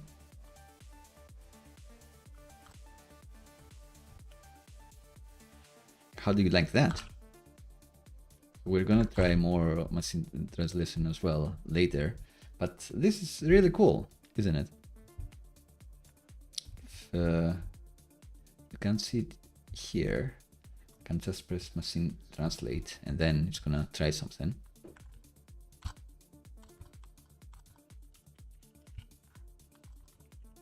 Which may not be the best thing ever, but could be good enough.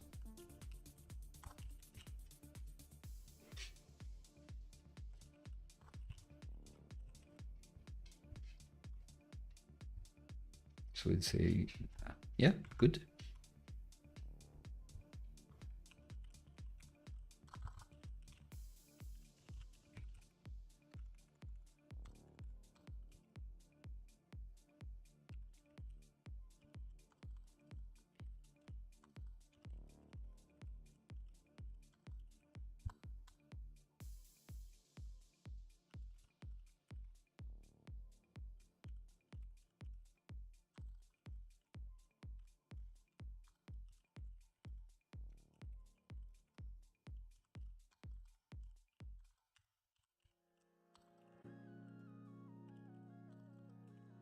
What status is it like?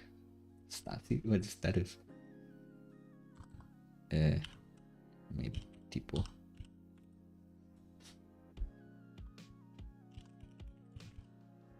Catastrophe. The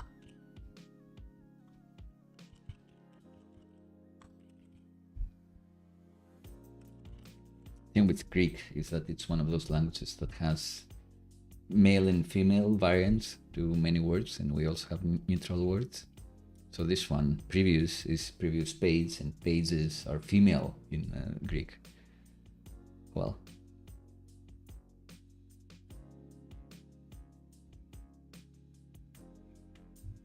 so yeah, that's kind of neat.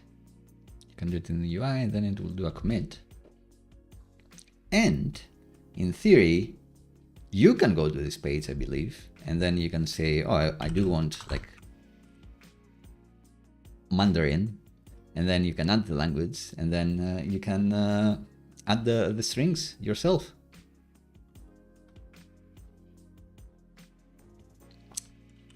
Also, I did press like a push button, but what did that do? Did that create like a PR, or did that literally push?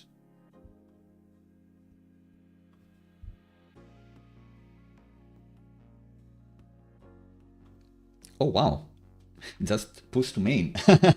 Nice. I guess if you were to do this, then you'd need to fork this project. But that's kind of neat. So you'll see that in our messages, this hopefully is untouched.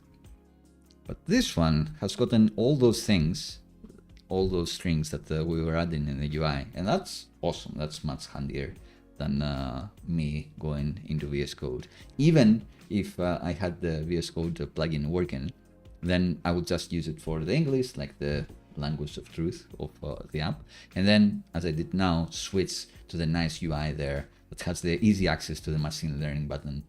Inlang does have a CLI that you can use as well, that you can ask machine translate this key. There is a lot of linting that can be done to tell you you're missing this key, you don't have the translation, especially since this is defaulting to undefined and you won't want your users to do that. But I guess I'm talking too much. The thing is, did this actually work? So now the deployed app didn't work. Did it build? Did I mess something else up? Why is this still undefined?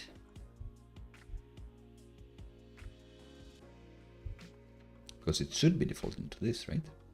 Not defaulting, it should be making it there.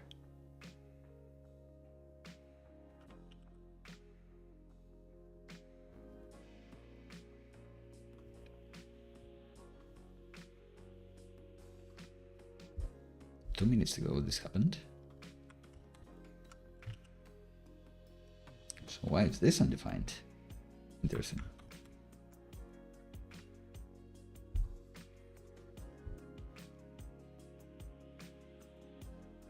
Did they break this?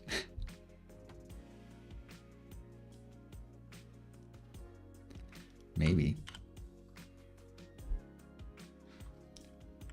Right, let's go back to main.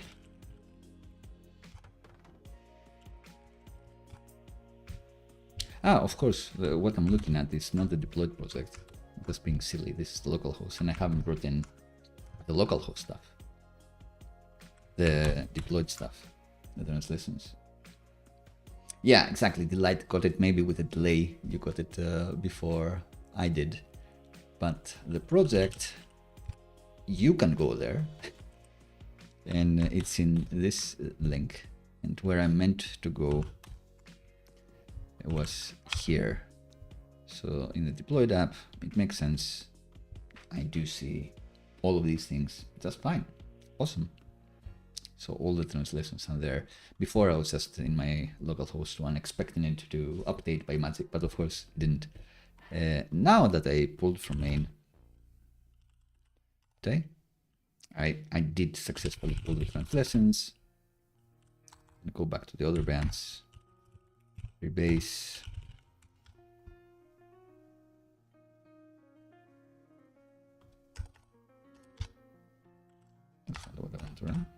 Let's run the server again. And now localhost should be fine too. Did I miss pulling?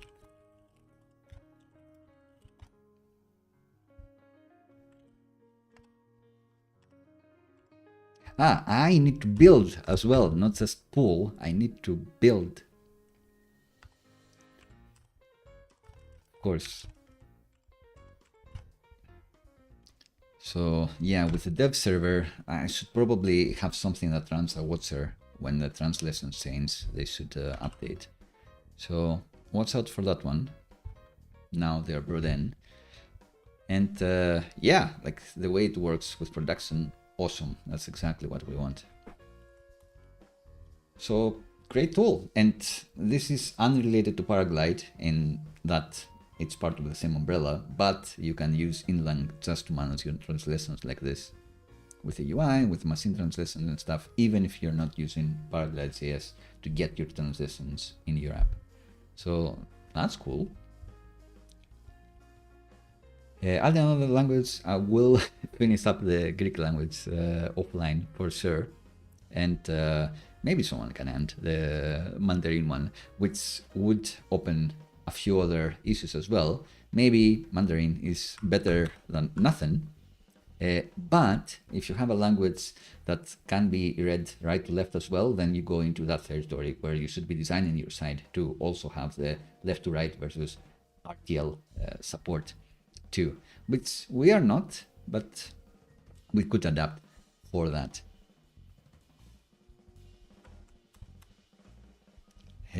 Language toggle. Let's do that so to make it easier to see what we've missed. Recent revenue as well. I capitalize everything with CSS.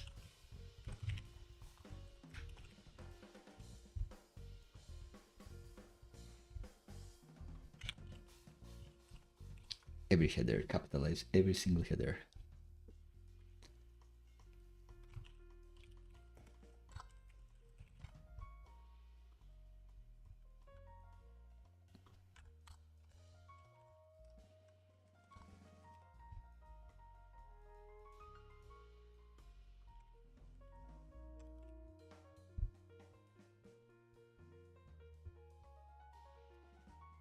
All right, so language toggle.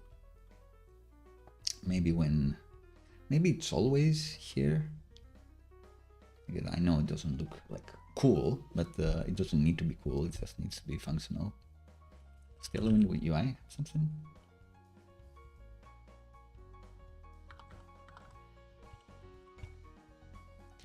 And yeah, maybe we should also install the inline CLI locally.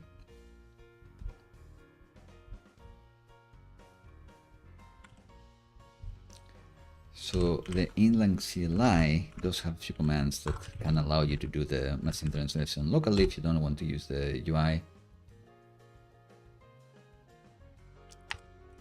And you can use it for linting as well. So if we miss the case, a key, the linter will tell you you don't have this key here. So it is a good idea to add this as a dependency.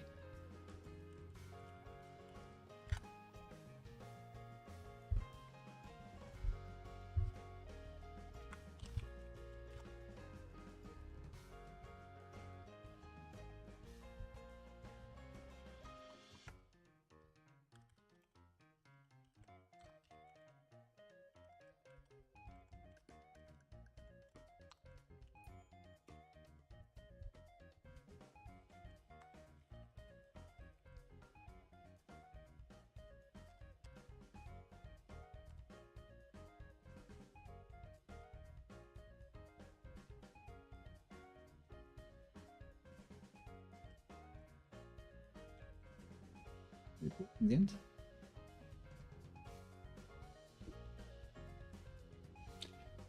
Hey, Abdelkader, Kibir. You like the terminal color and font? It's possible to share the config, including VS Code settings. On some projects, I do provide VS Code extensions, where I list all my recommended extensions for sure. The theme is Dracula. This one. And I do have my display set to zoom in to show bigger text for the benefit of the stream.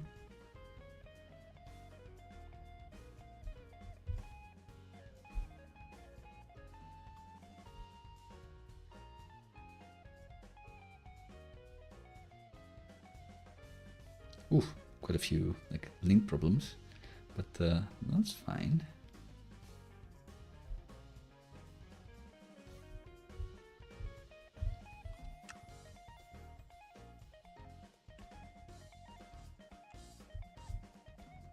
So what does inline CLI add to my not executables? Because I would like to try this.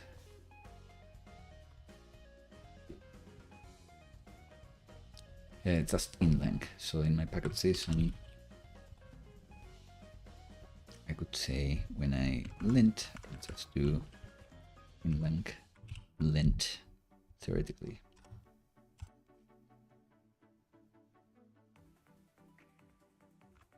cool. So let's try this and the machine translation by Delight.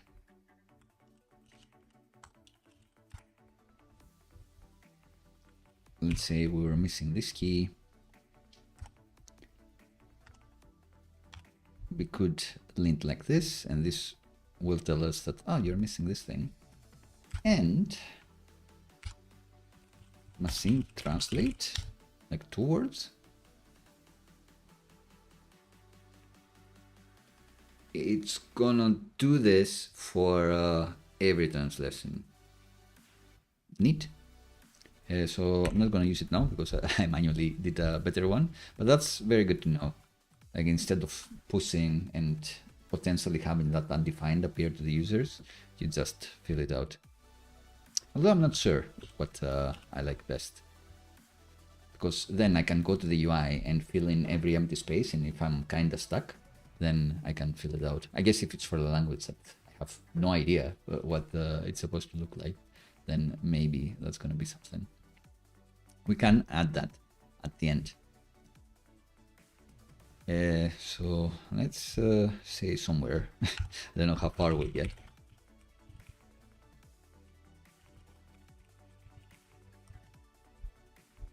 So let's add this here, but now let's do the language toggle with a quickie, and we said that it may not look as cool, but we will add it up here. I guess we could also add it to the footer, and that's like tamer.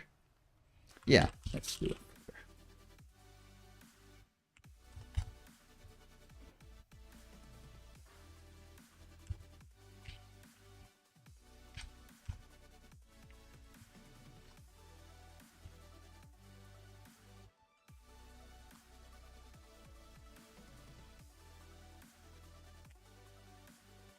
Oh, where's my... Sometimes my keyboard like flips out.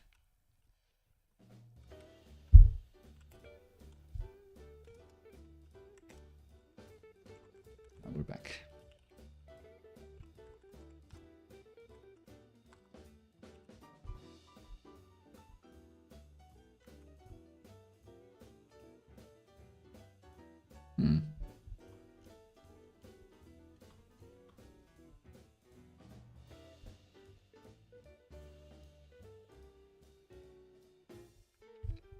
Am I running the server?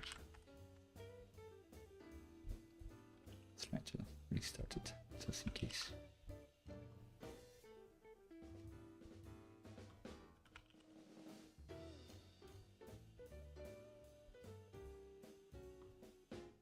Interesting.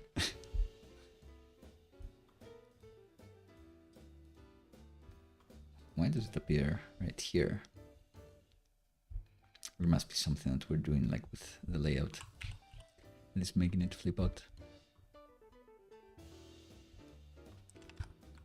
Let's do it one step at a time.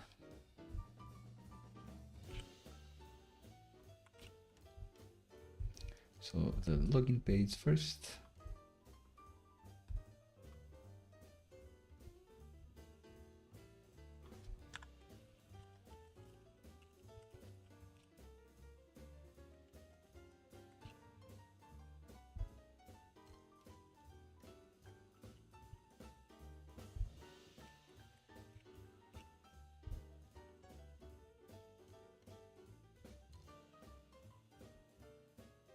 What's happening?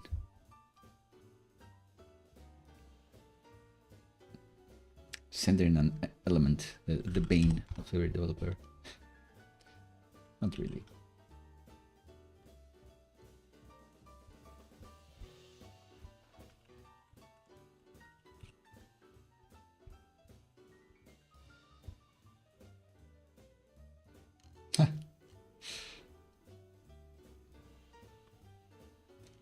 Well done, get some Greek in there, Delight. Definitely, the machine translations are a perfect example how AI can help with those things. Like almost always better than nothing, at the very least. Okay, so now I think I'm starting to remember what I want to do.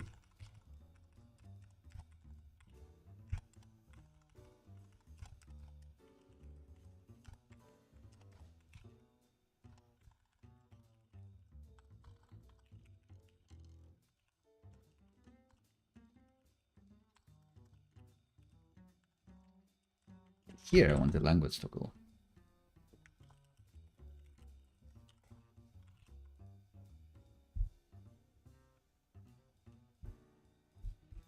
And maybe Tailwind UI has like a nice drop down for us.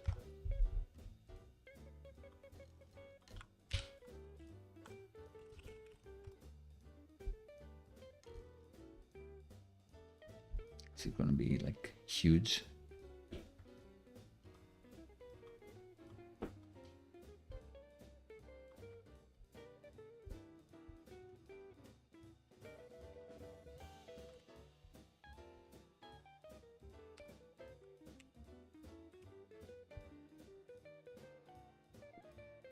Ah, I didn't know you were Greek. You lied. That's amazing. It's all Greek to us.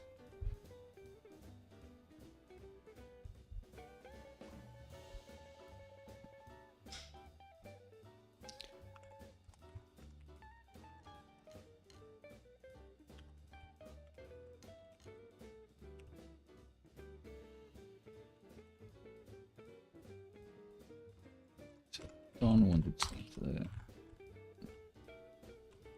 font style. This, or the leading, or the text, or have it be like this.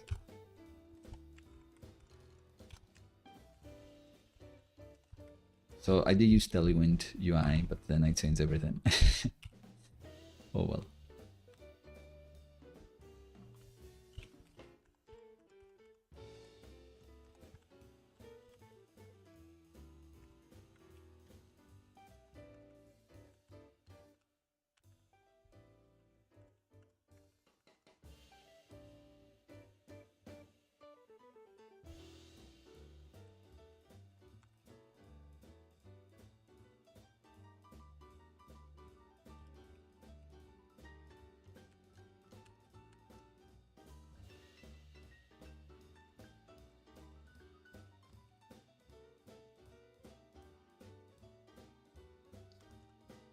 Okay. Maybe M top here. And Y. Let's see. Current language Canada. Not quite what we want. So what do we want to do here? I guess we want to do available languages.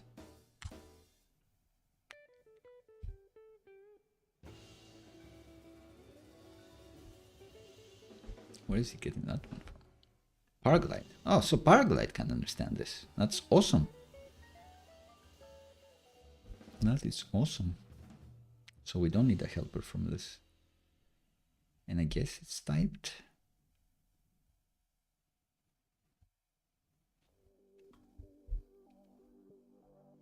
I'm not sure if I'm going to use it, but maybe I will. So for each of these as language, we're going to do an option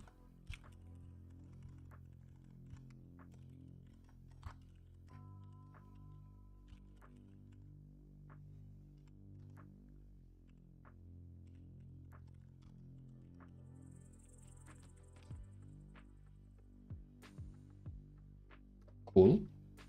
But now the selected one should be a language tag.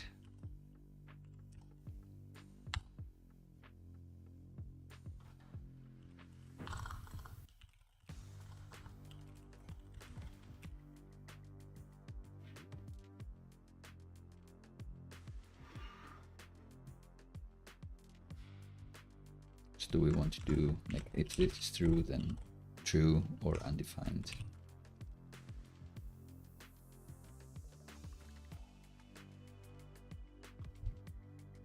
Oh no. No, it is correct.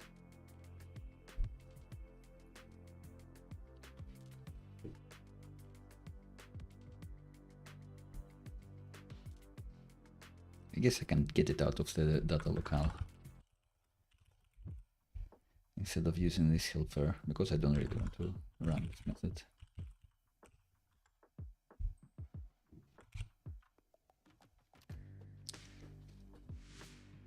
All right, so this one I don't want to use. Let's go to my blue one and see. Current language EL. Nice. All right, time to quit horsing around and actually put this footer in the layout here.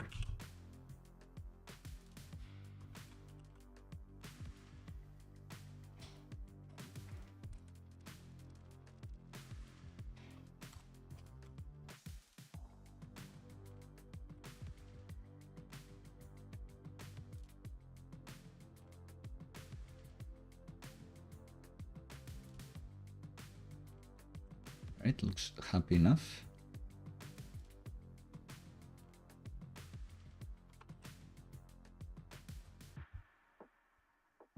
Also appears here. So what weird thing have we done in the login page? So in this page we don't actually need this or this anymore. In the login page, what do we want? Saying this can be full screen, which we don't really want. Whoa. Why is this eaten up? Let's look at the mobile layout as well. Okay, mobile, kinda fine, not great. Can we grow this? Not really.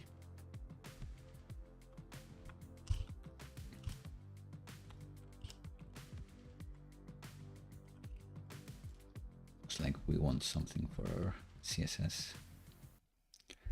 Are we setting HTML, something here, body, anything here?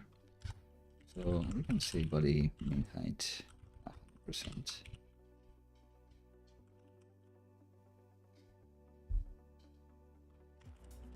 Display flex direction column.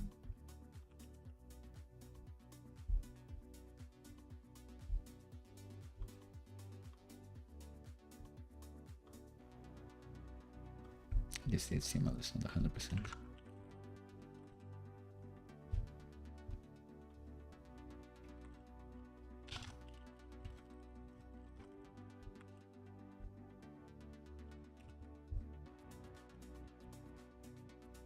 Now this is full, great. The body is not quite big enough.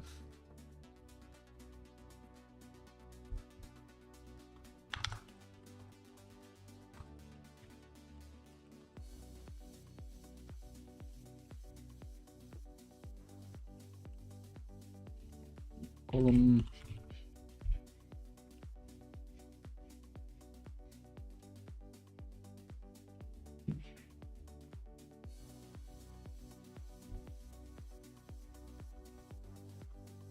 Is it as big as I expect or not?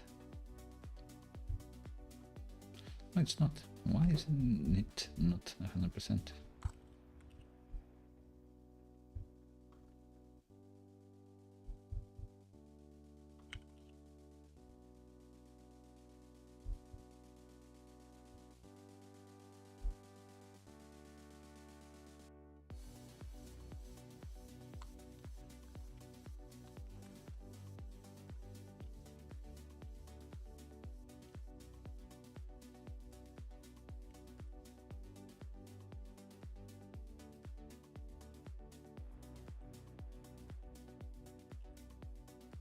Put CSS action here, but I won't be getting stuck in this for too long.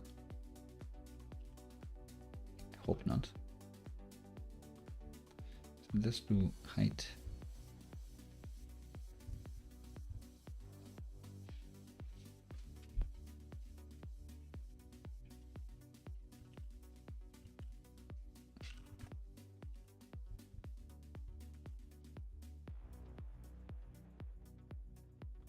All right, I'm getting there. So now, login page.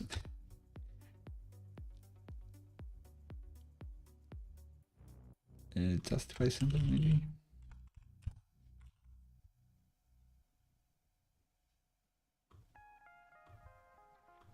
Oh, we have the SvelteKit div as well. It's messing things up.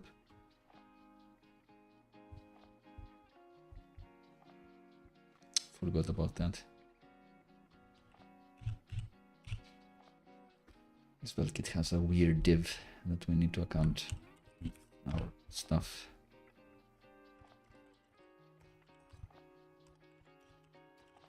So it should be just one div there that we want to scroll one, maybe.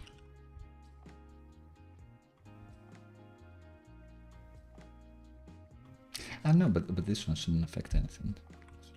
Sorry. Display contents means that it doesn't affect the control flow, which is great. But then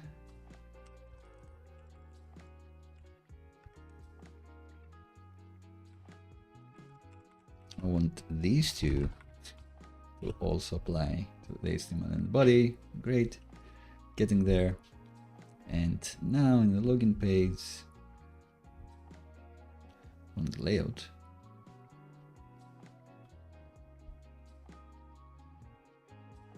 on the login page, was correct. This logo thing should be the header. This logo expression. I don't know why it's not a header class. Doesn't look too bad.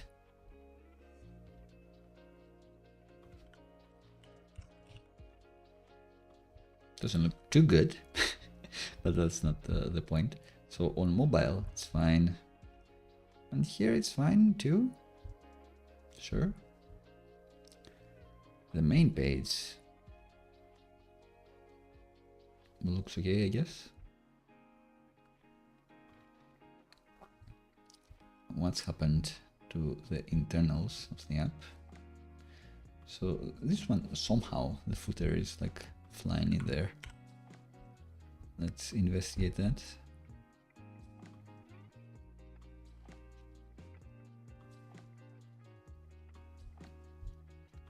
So this has a neat screen, which probably we don't want.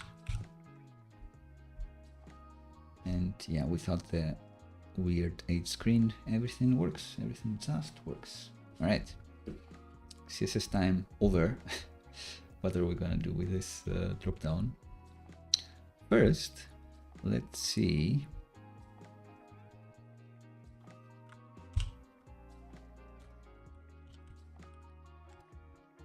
I'm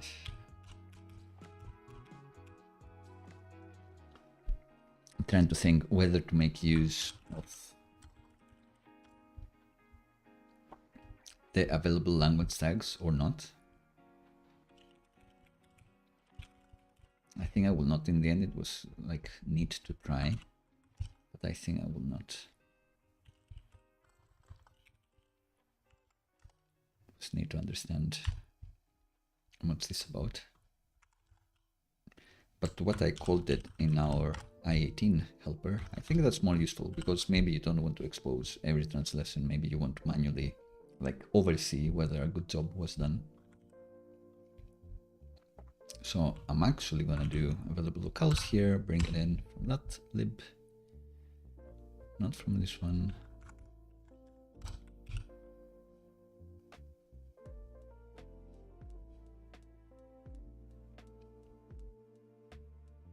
Should look the same, but finally I want something to happen when I actually toggle here.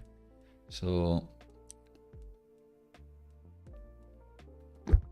let's create a form.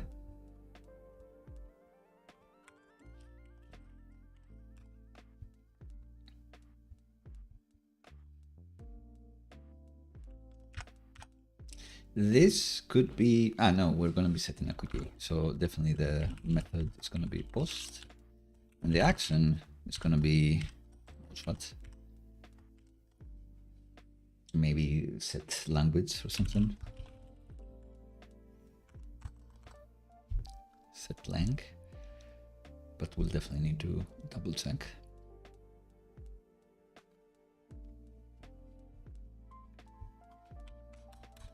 How SvelteKit actions even work?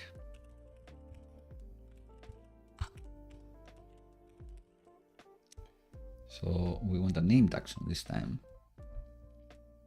It's question mark slash and then the page.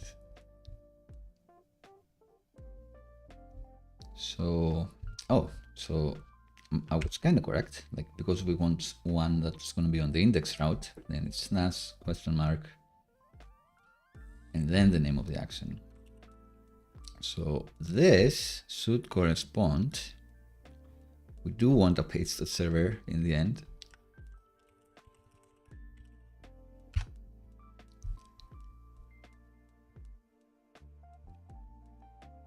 In here,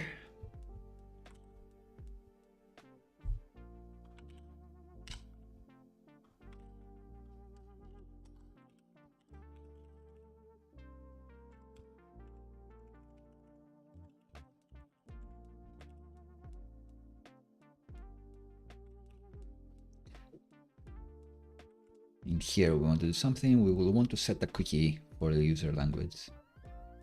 Let's see if that works so far. Do we have Zod for schema validation? Guess we do.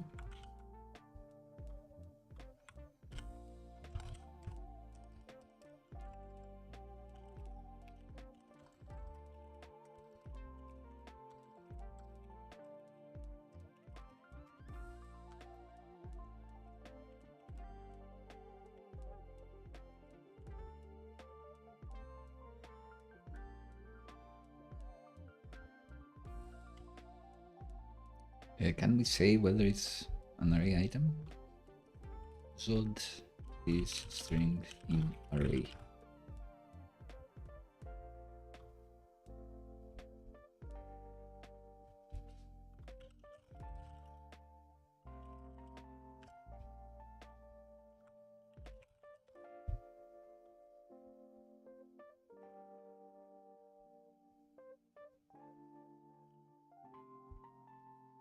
What could it be? It's not includes.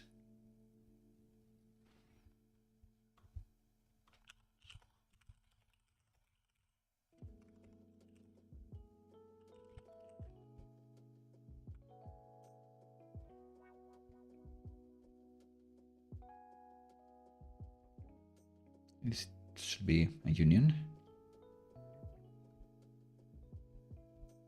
Maybe. Feels like there should be like an easier way.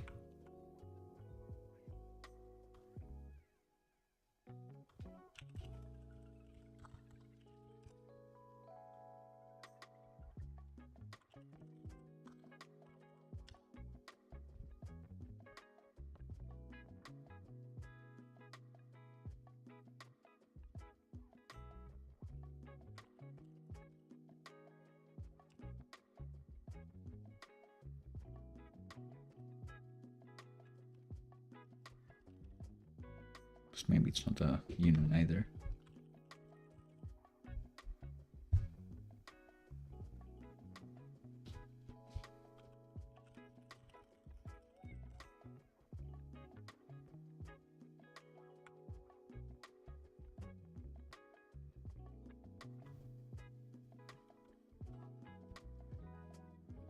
It feels like I need a break because I'm thinking more and not coming up with much while talking less.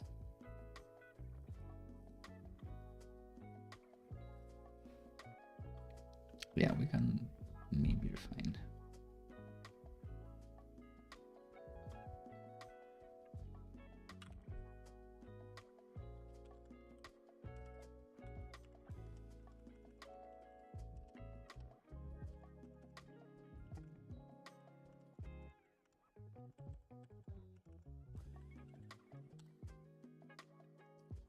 So, available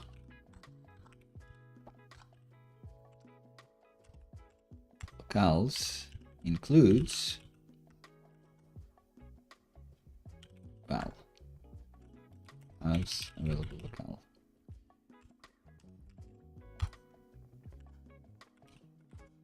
If that doesn't happen,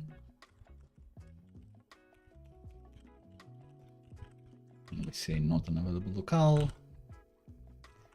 Then we can say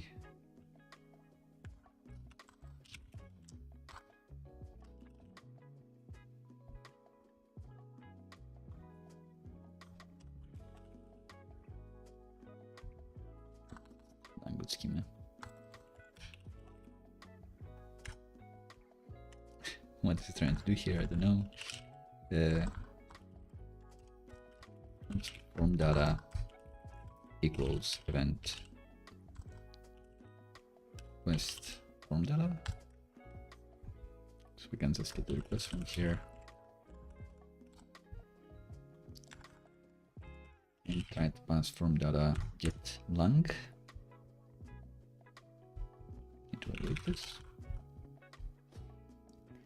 And then I want to do something with this lang, but let's see if we've managed anything so far.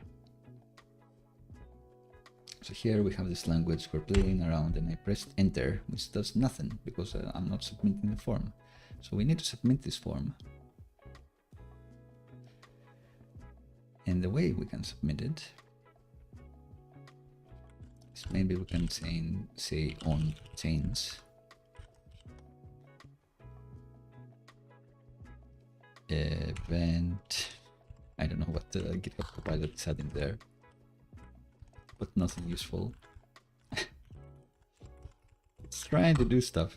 Event, the current target has a form which we want to submit, but we don't want to submit like this. We want to request submit, or else it's not gonna work as we expect.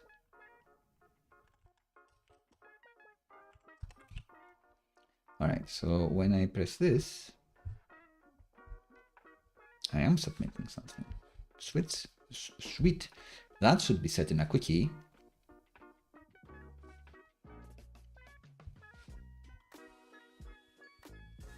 So let's do that. I think they have a cookies helper now here.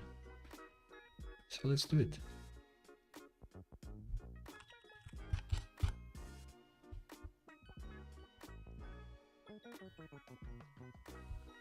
What's the set cookies thing?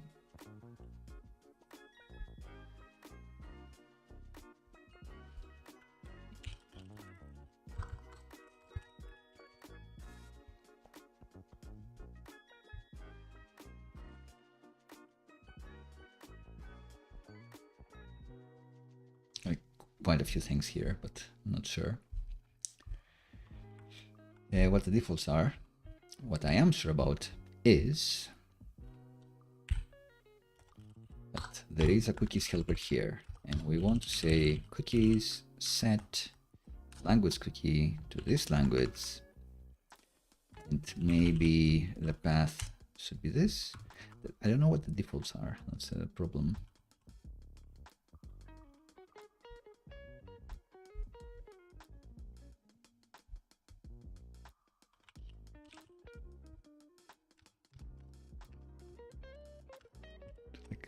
Path shouldn't be that complicated. There should be like something here. Oh well, let's do nothing and see what happens. Let's go to the application here and check our cookies, and when we play with this we should have a cookie added. The lang cookie has been added for us. Great. And it is the correct one. And the path is this, but if I was in this route and I play with this, does it get like reset? No, the path is still the default path and expires at the end of the session. And it is HTTP only, blah blah blah.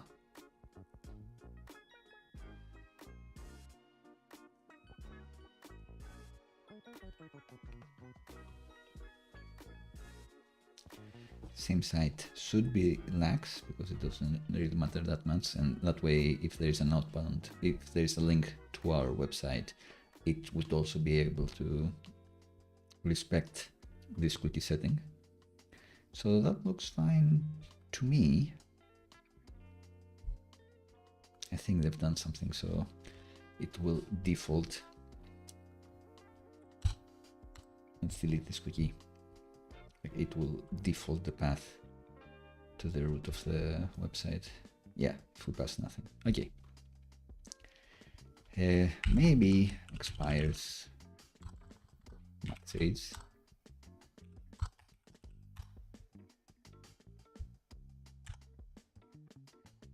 Or max cookie age. Max cookie expires.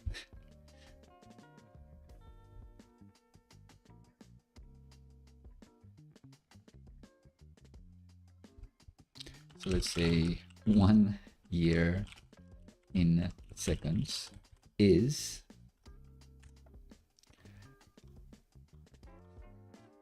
one minute, 1 hour, 1 day, kinda 30 days, 1 month, 12 months. Okay, that seems correct. So max age, we can make it be this, like for a year. Let's store this cookie.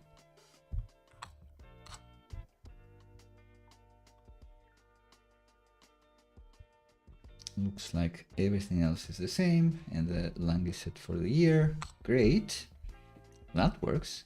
But what are we going to do with that? You may have noticed that the language is not changing. Oh, and of course, this should also be internationalized. Headlight, I think there is a message missing because all I can see is instead of cookies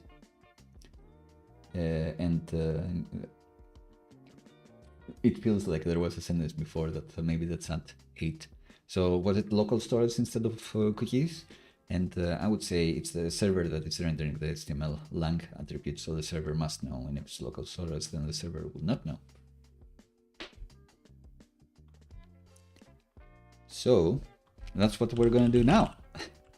So we go to the hooks file again, and this localization handle, which keeps getting bigger, will also be looking for the cookie, maybe for the cookie first.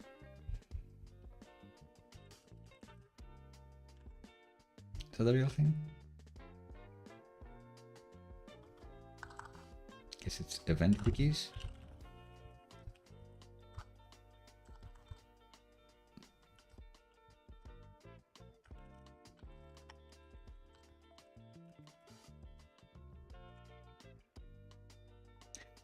It's trying to like find the correct method, but not really.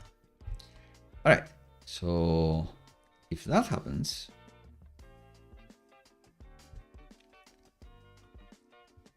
then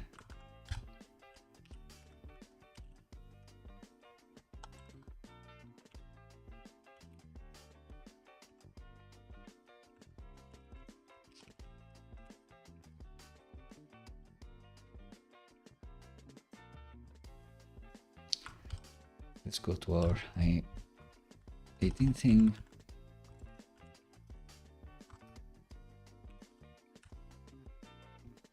So we can give a string here. Lang.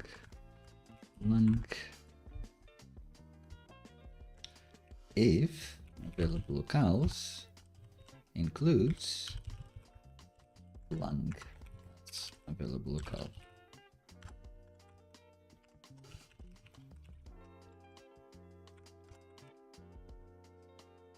And here we can do this check.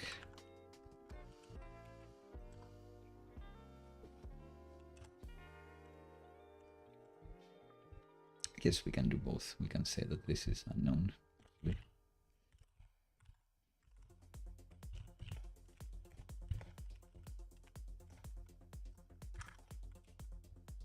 Now here we can just say is available locale like from cookie, then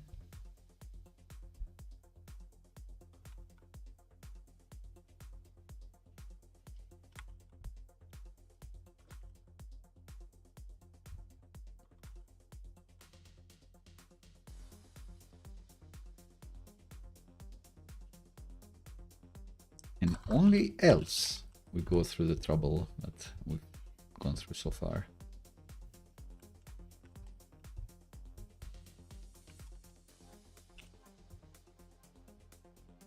There may be a way to like optimize this. Whoa.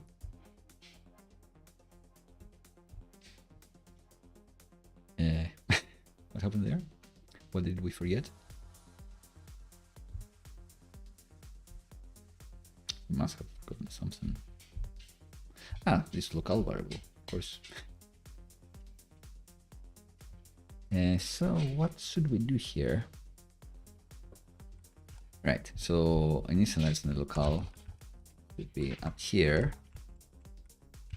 and local is lang from cookie, and we can put this all the way down here or here.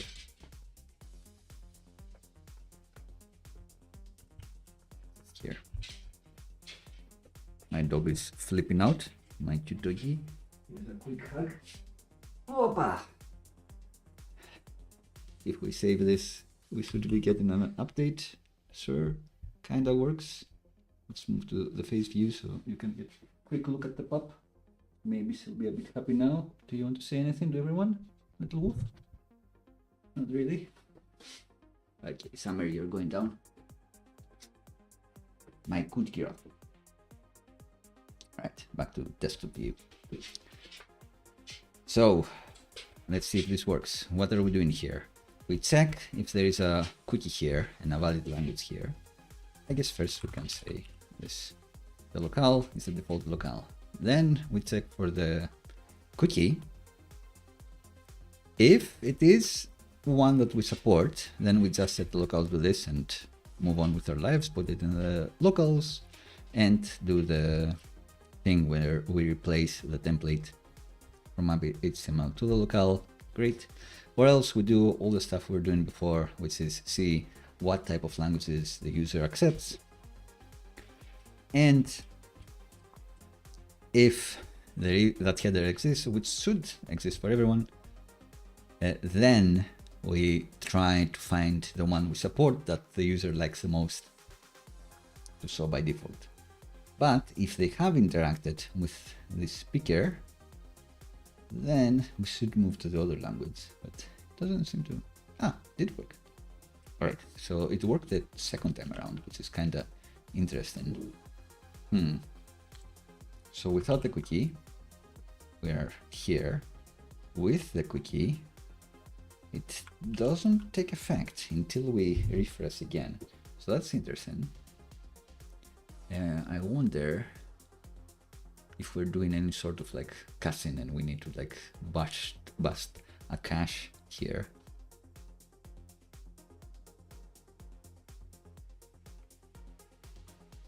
Let's check. So when we switch, do we have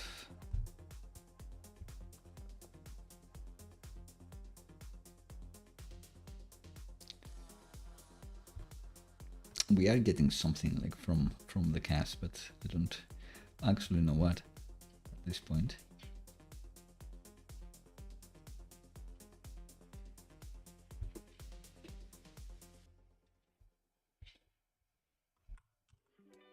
Let's keep going anyway. So here in this footer we have this form. Maybe we can enhance the form. See if that changes everything or anything.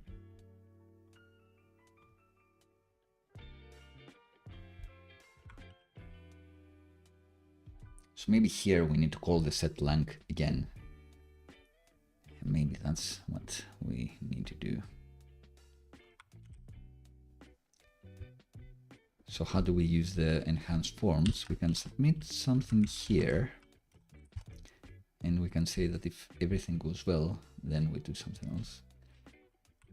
So, enhance. Let's search for enhance. Use enhance. We don't want to do anything.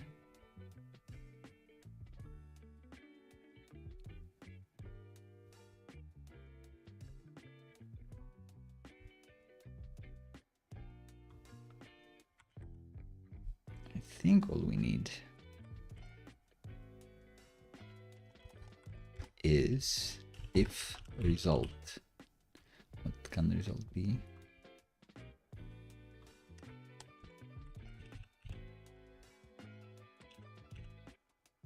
I'm just gonna copy like all of this just to not have a silly typo. So we don't want to do something before the form is submitted, but after the form is submitted,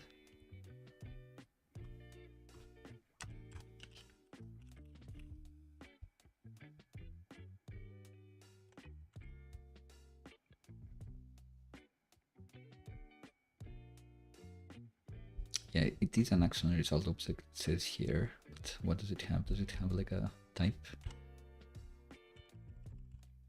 What does it have? Type success. Cool.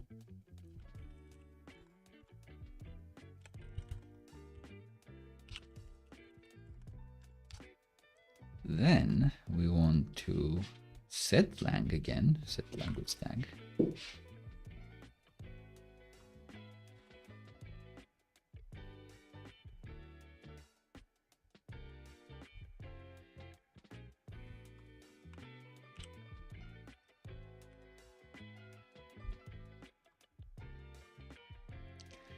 And should this be returning the language tag that we want? Maybe.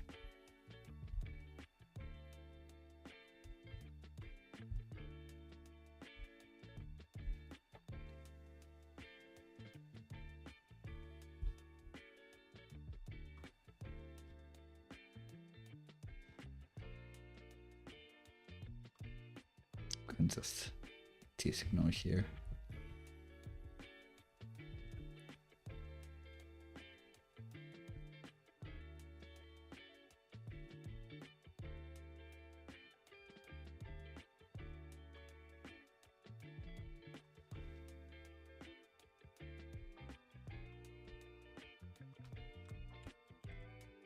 Just trying to think here.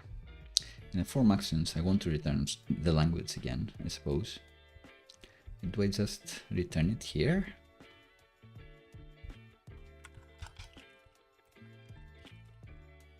And that's it?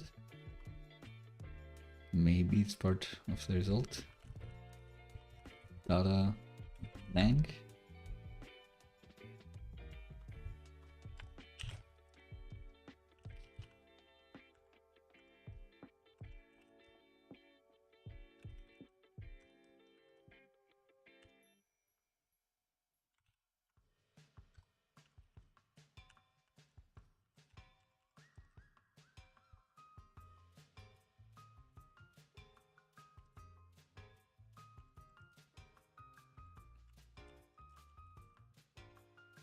I imagine that's not a promise. And is this a promise? I guess so. Alright, so first we do nothing. We just submit the form, and when the server responds, then hopefully something happens. The quickie is set, but we don't kinda re-navigate, which is kinda interesting.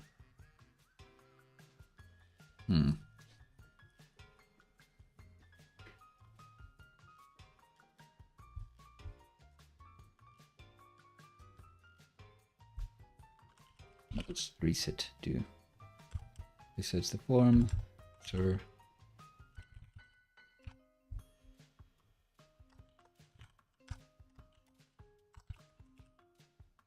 Invalidate all, sure.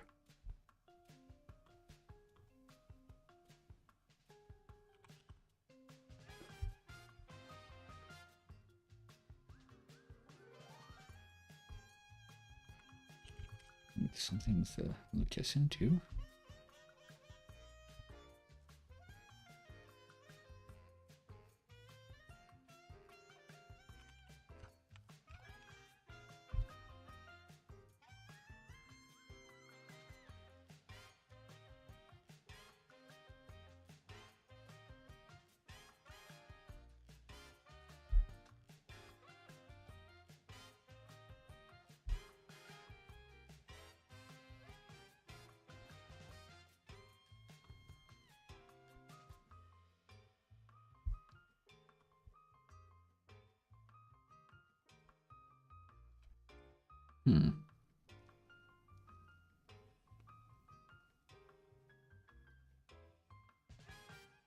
Maybe we want to redirect to the same thing. Where do we see location again? Direct.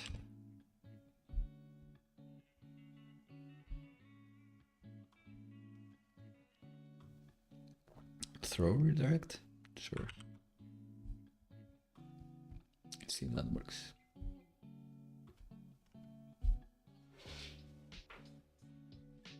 But if we throw the redirect, we get nothing else.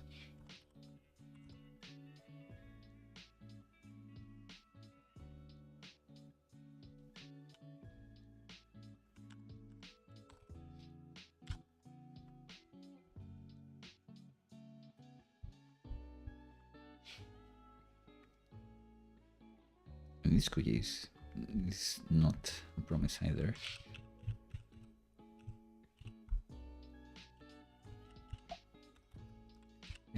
SvelteKit reference page.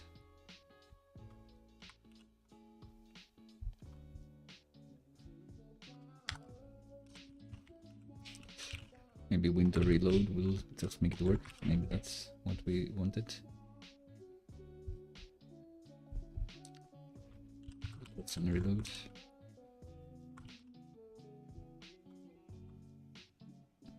Yeah, okay, so that's good enough, I guess.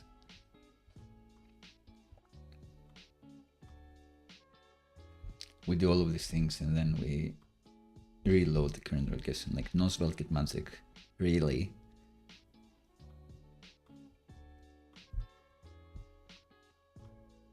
And it works on any page. All right, we got it. So now my preferred language is there by default, but I can still toggle things here. And how does this look on bigger screens? Not bad. Definitely need to work on the footer, but that's something for another time.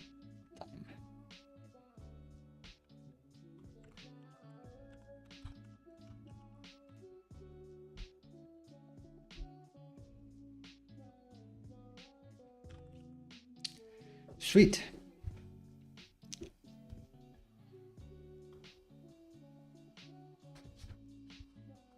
So just a few more changes here.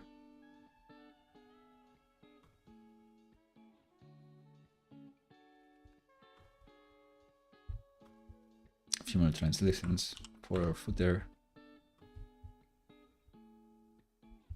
And I guess we can extract this into its own footer component. Or maybe not, because we're doing like quite a lot of stuff that would not be handy. Would be a bit of a pain to pass through. It's fine. So this one, we want to say something from the translations, actually. So let's try to write new keys.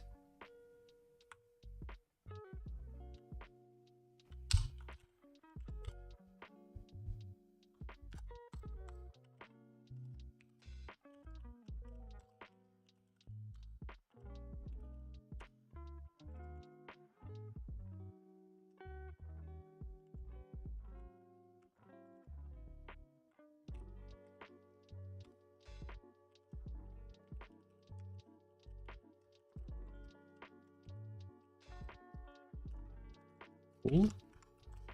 Can I do orange heart here, or is it eaten by the internationalization?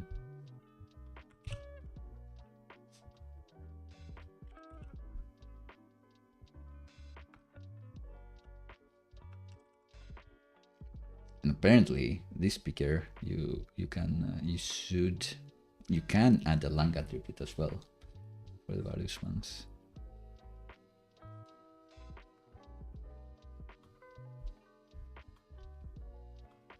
Like each option can have a lang attribute according to the language seen, because you may want to say LNK instead of EL. Kanske. All right, So use those strings, and what else? I think that's it. So build them.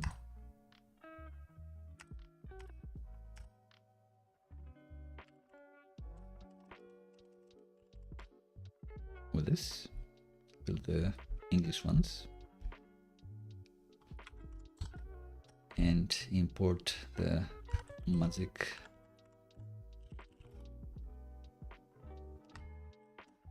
M. I wonder why it's not getting it. If I search for star, star must have a special value here.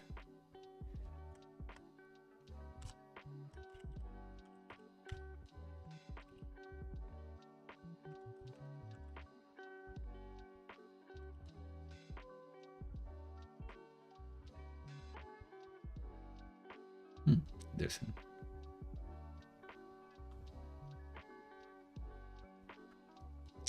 and the made with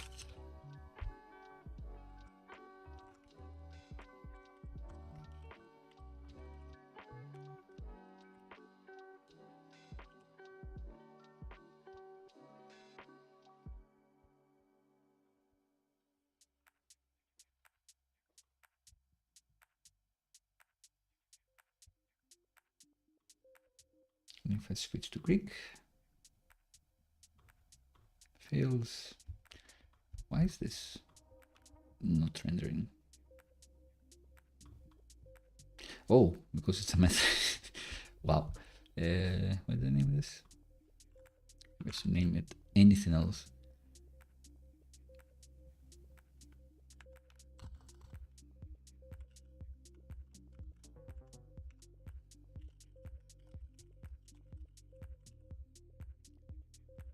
Put their current language.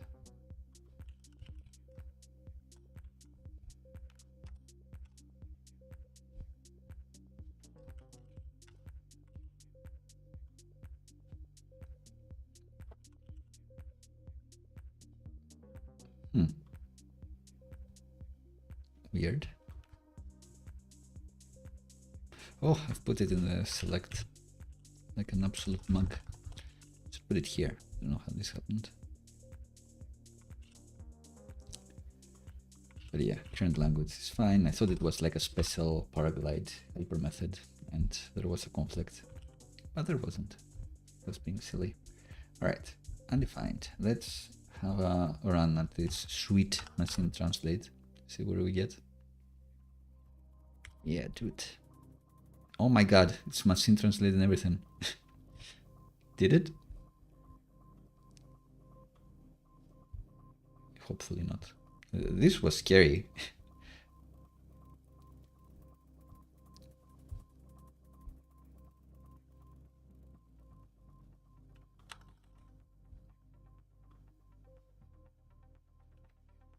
It did appear as if it was running for everything.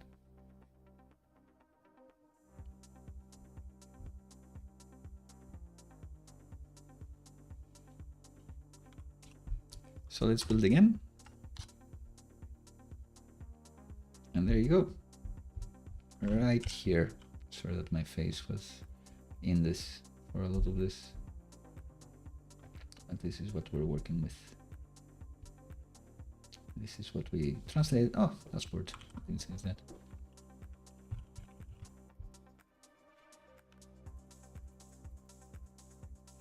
And we should be doing this even, we could be doing this even for the metadata as well. Yeah, good idea. For the user, it'd be important they'd be able to see it, but another party would never have the cookie. So usually Discord, it will default to English, your default language.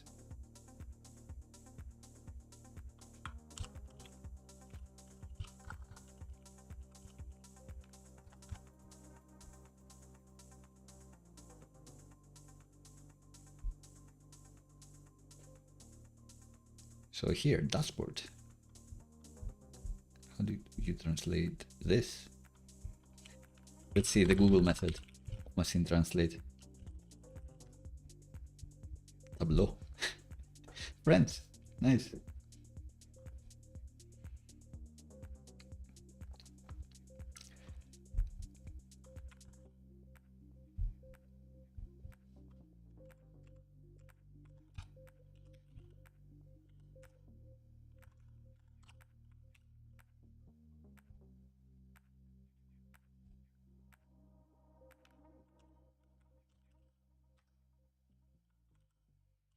So I'll do manually here.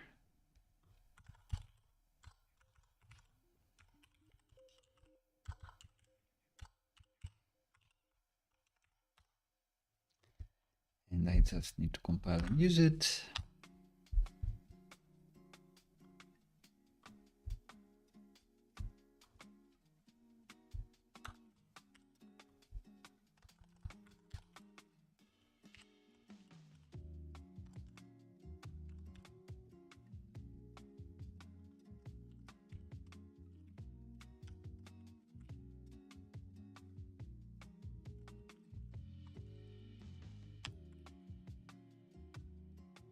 All right, much better. We cannot change the names of these people.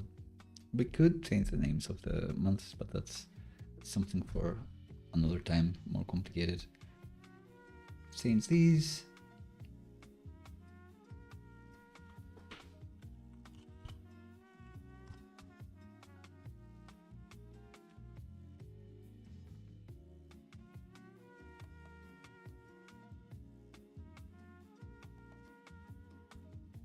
I'm looking for this placeholder to put like a sweet parentheses, sweet apostrophe. Can put it here. And it does hot reload as well, which is quite nice. Paid, pending, all good. So interestingly, the search is not Greek. That may be something to change. So here you can see all the pending ones by just selecting pending, but I cannot paste in ekremi and then see the pending ones, which is a case for this should also be done with filters, like users tap on like the status. There is like a toggle, you want to only see the pending ones or the paid ones, because localizing those bills or whatever you put there will be easier than making the case where the user types anything and then you have to translate that into something your database will understand. So yeah, that's the case for using bills for that, like more complicated filters than just search. Other thing about it, but this is also not localized. Yes, how do we do the format date? I think we always say, we don't say Greek, which is fair enough. I guess here we could specify that we want to format this based on the current language, based on the locale.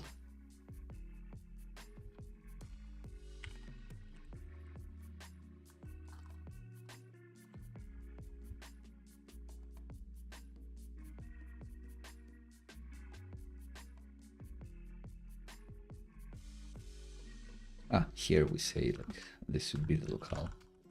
So locale.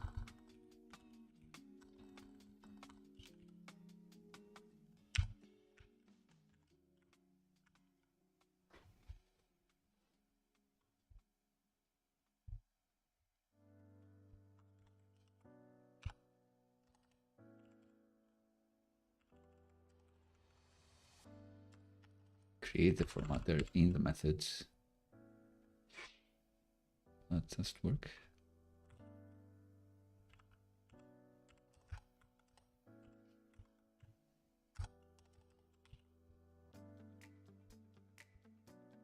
Yeah, so now the months are in Greek too. And they are in English. But they're not in UK English, interestingly enough. So maybe that should be supported locale. I'm wondering, how do you do aliases? Like I want to do like NGB and be able to respect that, because I think that's like the American style to do the dates. Interestingly enough.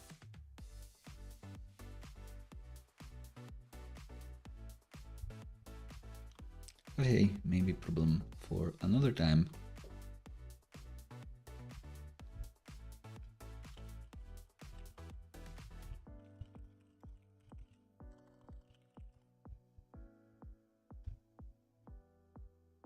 Yeah, I won't be able to find this live. Let's not have a look.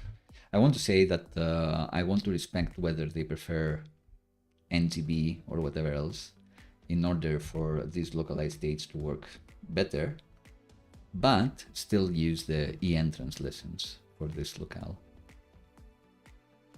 Is that possible? I'm not sure. Would I need to like change this to NTB and N US or just N? Also not sure. But if I had that, then you could have versions where you have more Zs if it's the American type of English and more S's in their place if it's the Great British type of English, and as well like use in color and that sort of thing, favor, put them in the British English but not have them in the American English. But that's like too much. We've done way too much already in this episode, I feel. But does it mean we're done with the localization stuff? I'd say so. I'd say this is good enough. The UI could use work, but hey.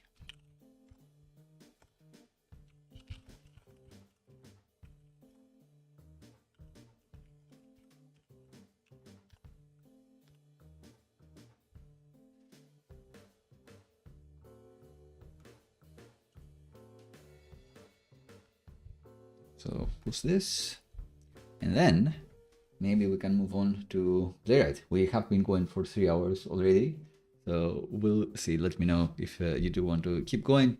We will be adding Playwright for end-to-end tests, which we have done in the Next.js version of this, and it's going to be very similar because Playwright is an end-to-end browser-based test runner. Even if you don't use it for end-to-end tests and you use it for behavior-driven development or something like that, it is a browser-based test runner, which means that it doesn't care what your framework is. It doesn't care if you're working with SvelteKit or Next.js. Ideally, you'd be able to switch frameworks and then your tests work just the same. So doing that for this app will be very, very similar to what we've done for the other episode. But we can do it. We'll take a big sip.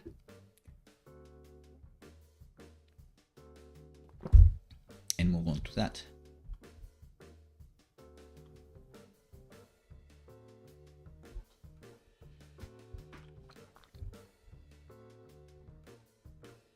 All right, so SvelteKit Wizard, you may remember, it does ask you, do you want to set up Playwright for end-to-end tests?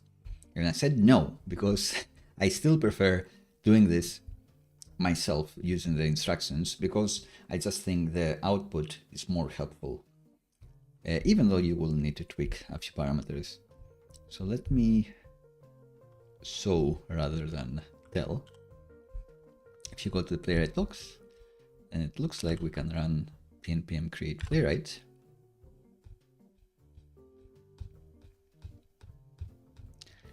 And it's going to say, where do you want your end-to-end tests? The test directory. Add GitHub Actions workflow? Yes. Install the Playwright browsers? Yes. So we are going to do that. This is adding the node types for node 20, which is not what we're running here, but maybe the Playwright. GitHub Action will be running node 20, so maybe that's fine. So what has this created? Let's have a look. It has added some things to gitignore, including the test results directory, the Playwright report, globe report. I haven't seen this before. That sort of thing. Added some dependencies in packagization. They have managed to add them correctly, the correct order, unlike the paraglide one, which just added them at the end. It has created a Playwright config, which is something I do like more than the SvelteKit version. The SvelteKit version has one that just works with SvelteKit and that's it. But it doesn't have all these comments that I do find quite helpful, to be honest. it has comments to tell you, this is why you do this, this is where you do that. While the SvelteKit one is more parent. Updated pm log because we updated packagization. It has a GitHub action we'll be messing around with, and it has an example test. 2 example tests, even one that you're supposed to mess with for your app, and one that has like every test in the world. Really, it's a showcase of tests running against a real app meant to inspire us. All of those things we won't have, so we can just remove this, and we can remove this whole directory. We can have a better look at playwright config. So here we can see how we can import environment variables. In the other project we were using bun, so it was importing environment variables by default, but here we may need to do something like that, like bringing in .env flow. Unfortunately, the fewer dependencies the better. What's the test directory we were asked, some things, how often it will retry, whether it's going to use the HTML reporter, which I don't like, so I just comment it out. I don't want to run a server to see my test results, I just want to see the CLI do it. And here we can see what our base URL is, which in our case is, I guess, localhost 5173. So the root of our project is this. But if we look at the other project, the Nexus dashboard one, we see that we've made it run against the real deployment, the brand's preview deployment, for even more confidence that whatever we did worked, and that's what we are going to do soon here. But first, let's just leave it at that. And say when to actually collect a trace, what browsers do we want to run? I guess usually here I don't run against desktop Safari. I do run against mobile Safari, so this is usually the hardest one possible you can realistically use. You can do like iPhone 14 or whatever else you want here. There are quite a few.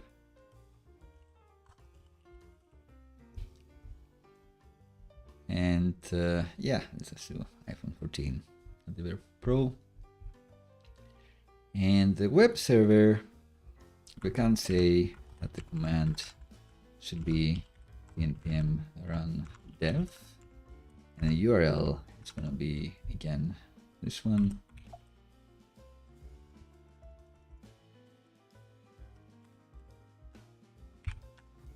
But we'll only want to do this when we're running locally. So we are actually gonna say use existing server, like maybe we don't need to set this, but we are gonna say if we're not on CI, then do this, or else undefined. Web server should be undefined.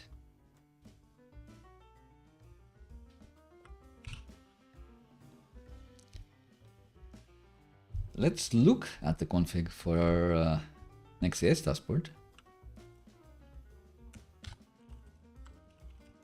My warp editor just knew what's happening there. So playwright config.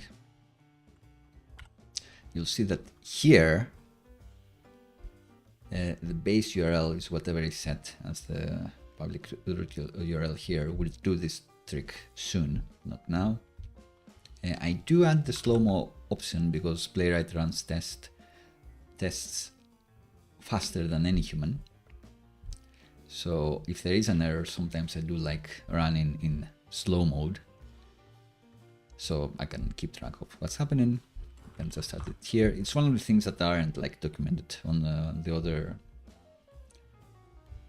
keys. Usually they've commented or uncommented what is possible. They haven't commented the launch options property here in use, which is a bit sad, but hey, that's why you have videos like this one to go over it again with me. And I do like saying that retain the video on failure. So when it fails on CI, I can actually see it. Even when it fails locally, we can see what went wrong. And I think that's about it from the differences. I guess here, one of the differences is I don't check whether we are on CI. Maybe I just say reuse existing server.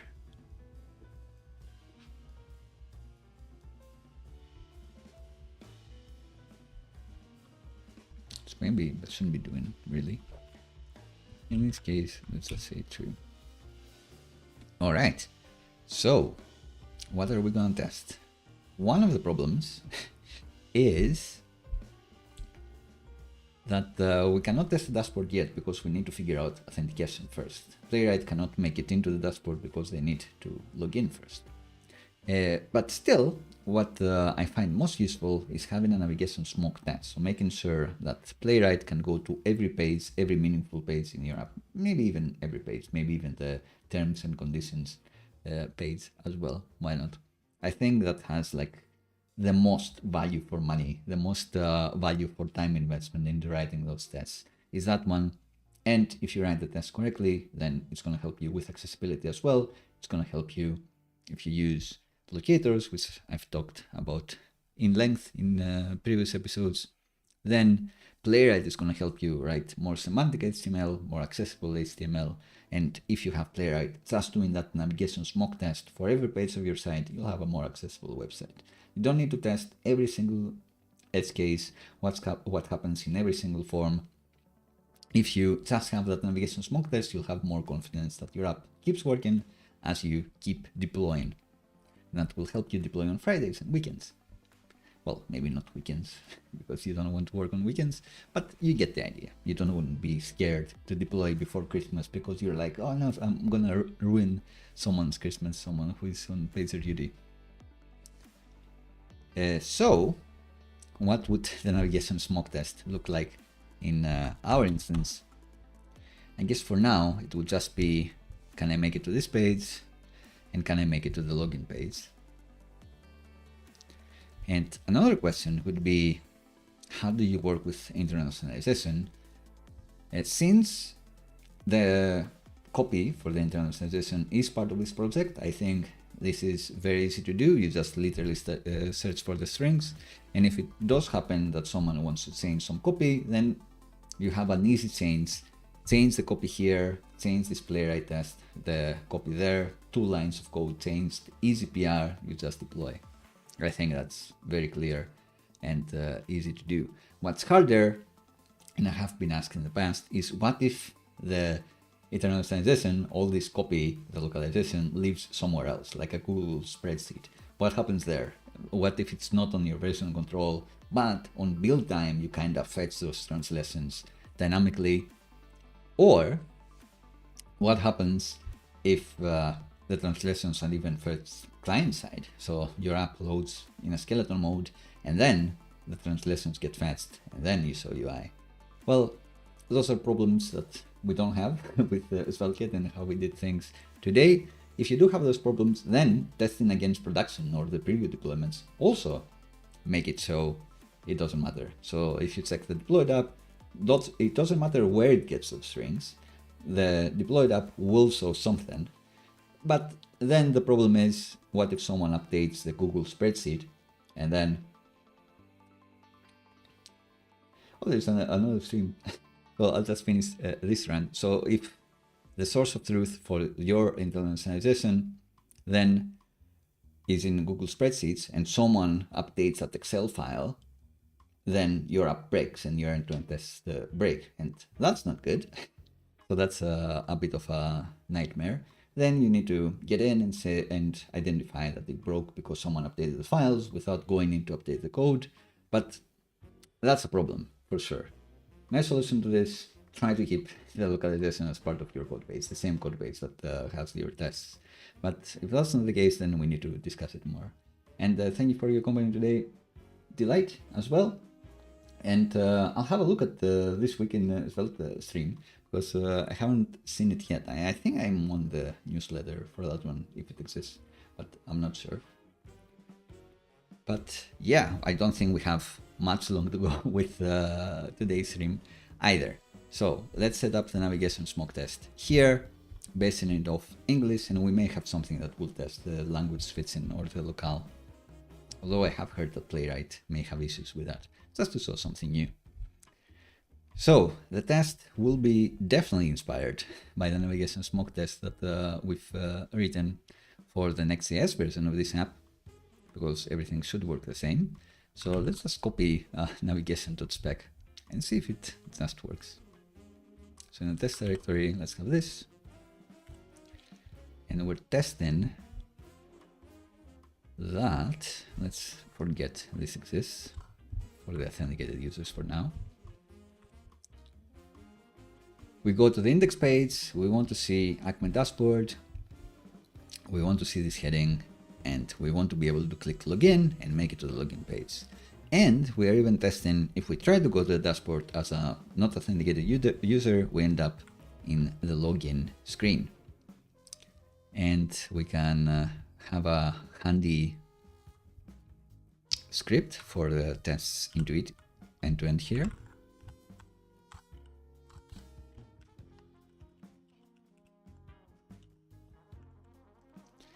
And say player test.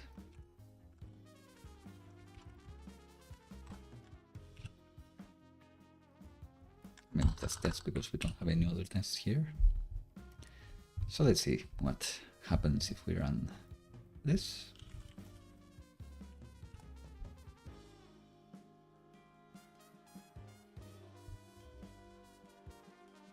So there's 2 tests that we wrote running against 3 processes. So we're going to 6.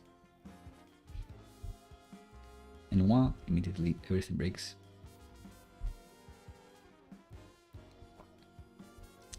And if we run with the VS Code helper,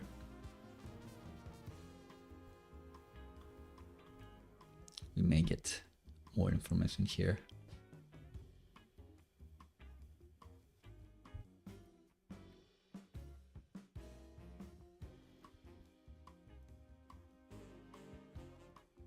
So the page title is not login, it's login. Which is fair enough, is what we're saying. Let's say someone did like this copy change, then you also go to the test and you change it there. That's fine.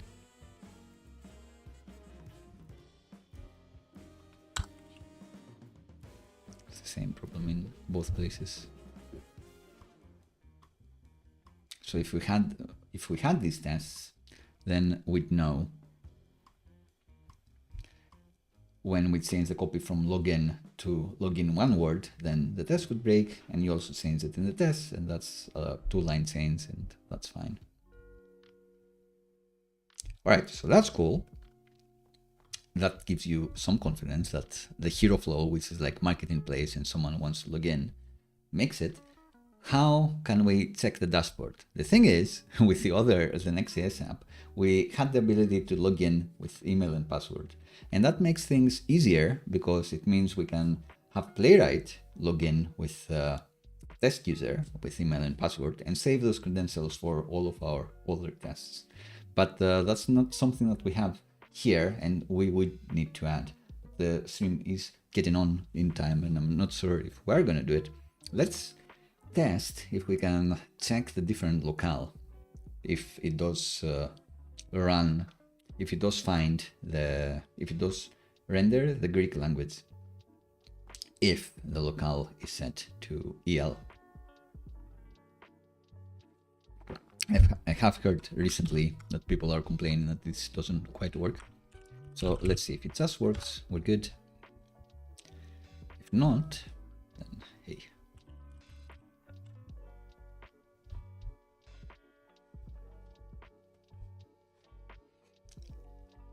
Let's save this because we have passing tests when we had none.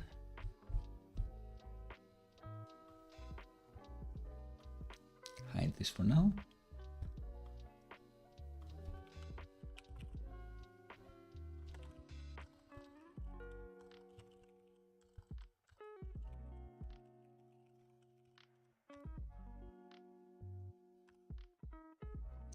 We'll be amending the GitHub Actions soon. But what we want is apparently to have a default locale of en in the playwright config.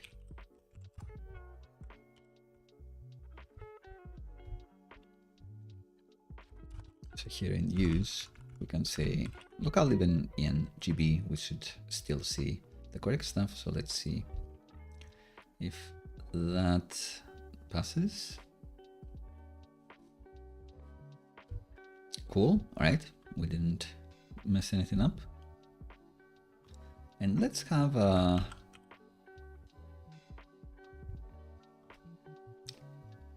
a basic internationalization test.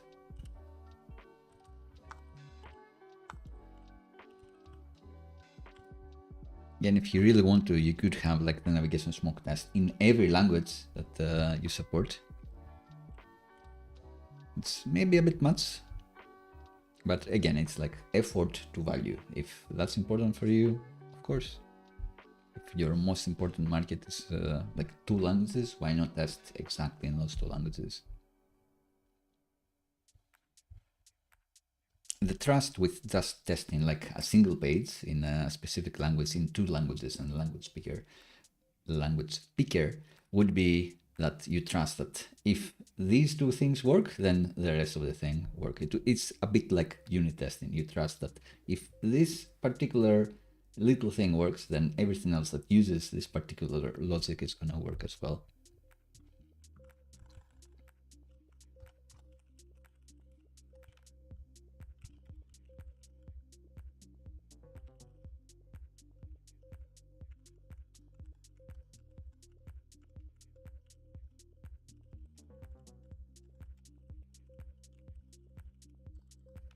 Let's test whether that's actually going to work.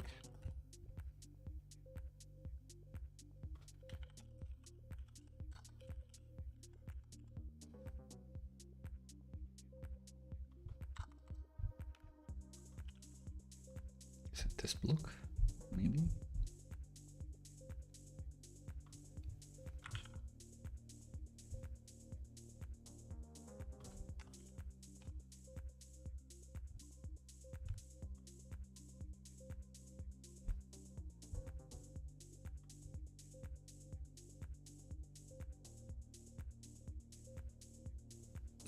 And we can test whether we change the metadata here, which is cool. Yeah, that is what we want. Nothing else is Greek.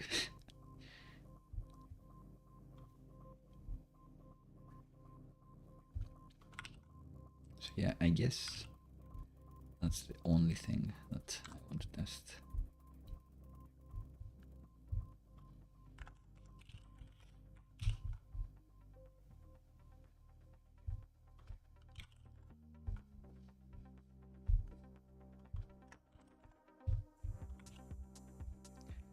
All right, so this is not an actual test, or maybe not. Maybe this will break actually, because some things are different.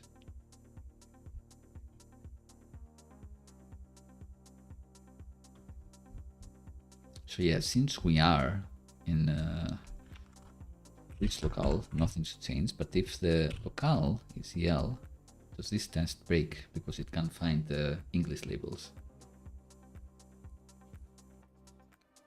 I think the answer is yes, which is neat.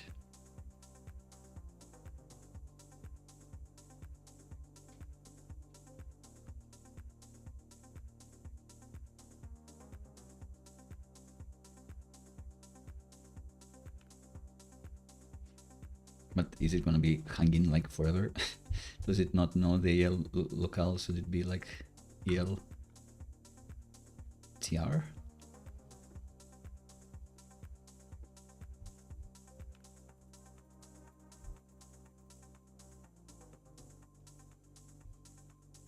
I think it is correct. So let's see, test results, like everything failed.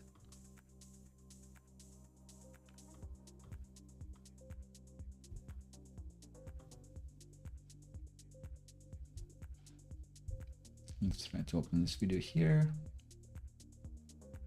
It's in Greek. Great. But why is this failing too? Looks correct. So not quite sure.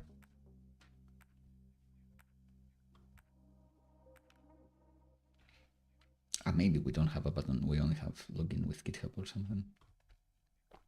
Okay, we'll double check one thing at a time. So we're claiming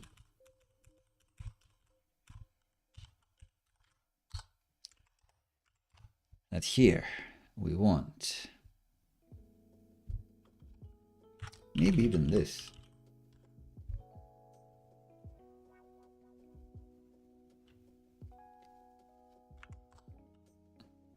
Nah, too much. We want this to be SvelteKit.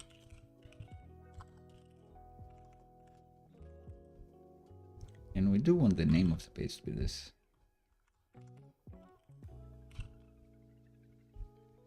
And in order to do that, we will need to go to our login page, server, and in the metadata, actually say that here for the title, you do need to use M.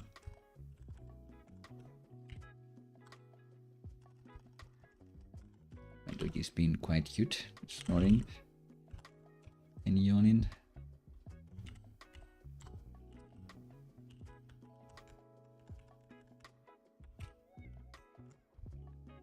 Can I pass the language stack here?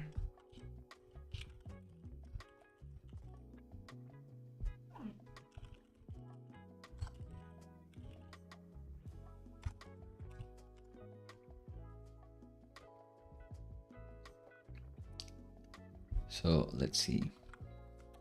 This person in here, like these should have defaulted to something else. It's kinda interesting. Because this locale should be correct.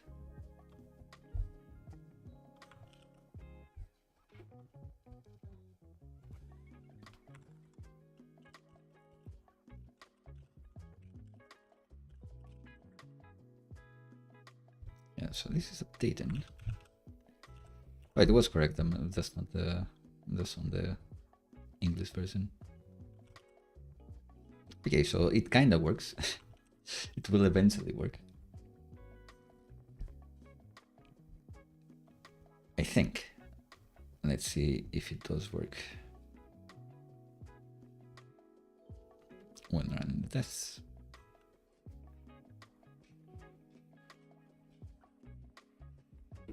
All right, cool. Do all the tests pass?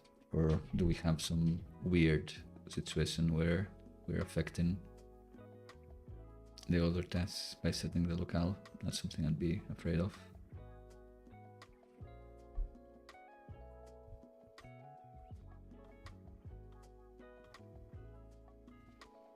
Looks like that's the case.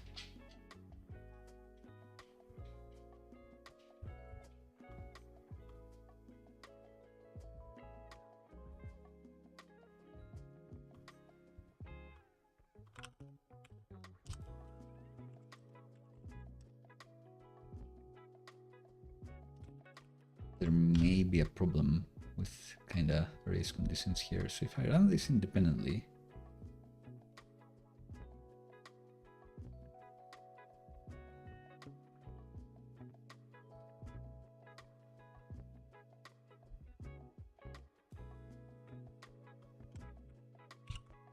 sure.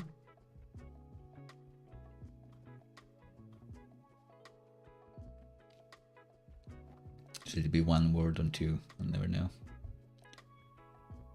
And yeah, I guess we just want two.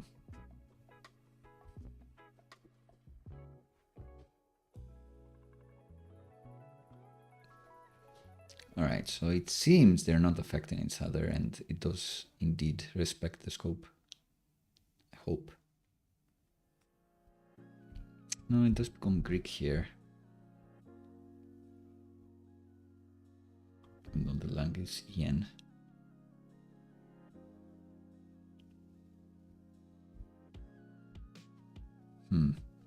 May need to bail on this one. So if they run independently, it's fine. But somehow, because in this I-18 test, Internationalization test, we are setting the locale here, it gets, I don't know, it flips out. Any other way to do it?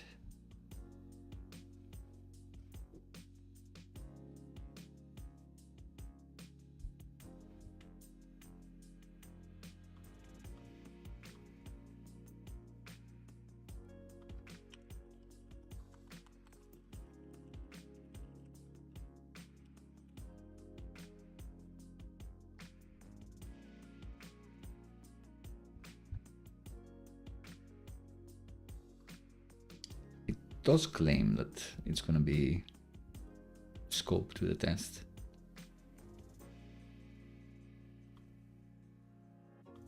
It does say you should do this. I just don't believe them.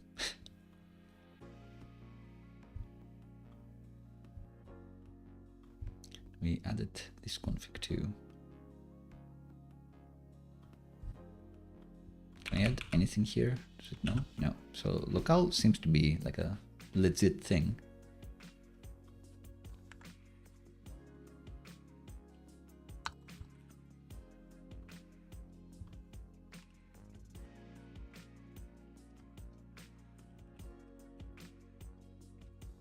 Still, let's nest things in a describe block and see if that changes anything.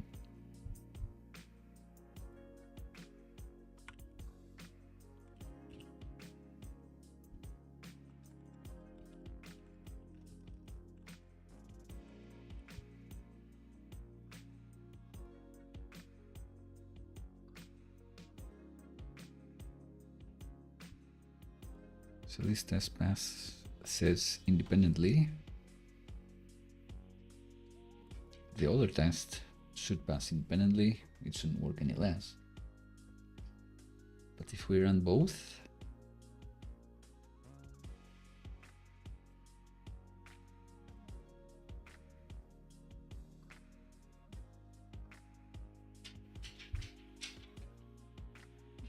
I guess it doesn't.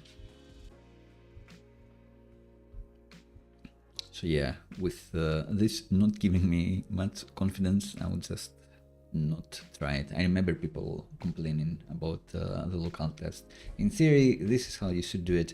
In practice, it seems this kinda affects the other tests, how they run. There is a configuration about whether you should have them run in parallel.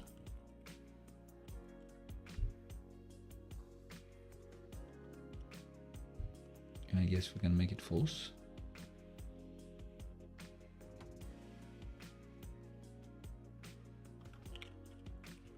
You definitely don't want tests that should be run in a specific order. They should be isolated, but just running them one by one may be fine.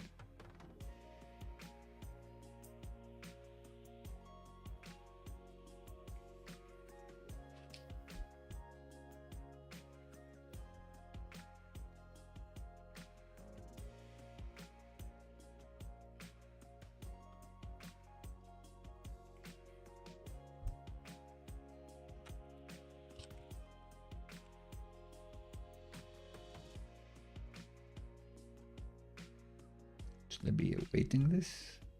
Don't imagine.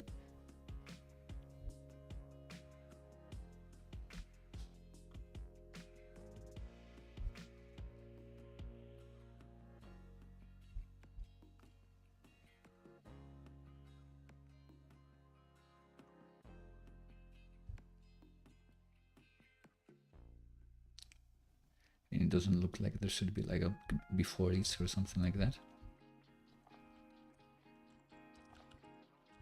Let's try quickly take it out of the describe block. Let's show us have like slightly more success.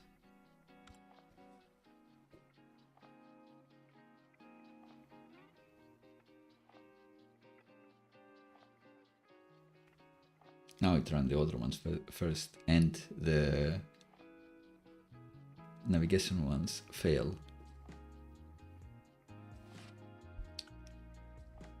Which is interesting.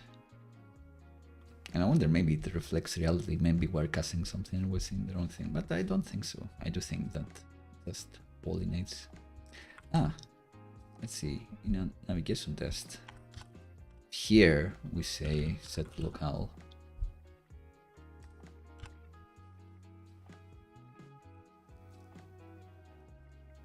So that change anything.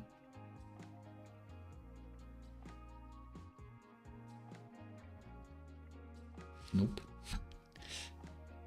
Oh well. So I think this is gonna be it.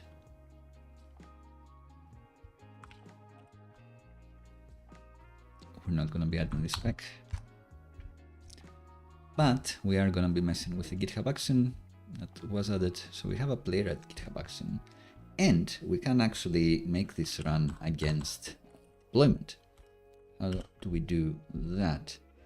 I think check out this version 4 as well.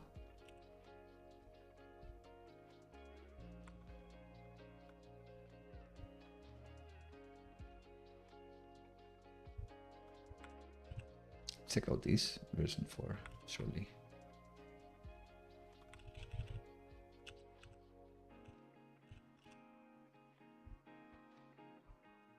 Yeah, before. Sweet. And what we actually want to do to run against the deployment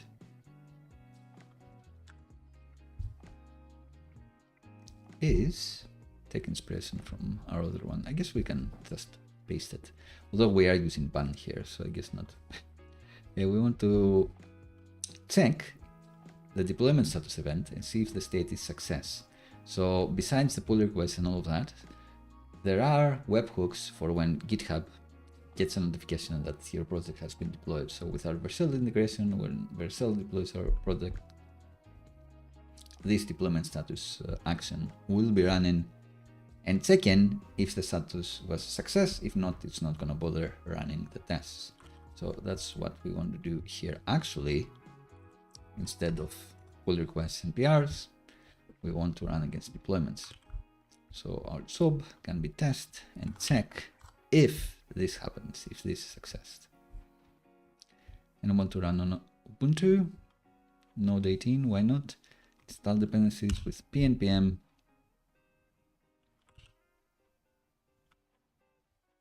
Oh, interesting how it set it up like that. And install the playwright browsers and run the tests is what it's saying, which is what we want. But we want to run against the deployment URL. So I've added the deployment URL in this string to be able to see in the logs what I'm running against and confirm that things are going well. So you can find the deployment URL here, but I can also use this for playwright to know that the root URL it should be using is this. So for the test step, this one, we also want an environment variable. We want the public root URL. In this case, it's going to be the target URL that we get from the webhook. And I think this is it. The thing I actually want to retain is not the playwright report, because I'm not doing the HTML report, it's the test results. So if there is a video, I want to keep it. But I also want playwright in the config to use this public root URL. So I am going to take inspiration from what I was doing in this config too. And say,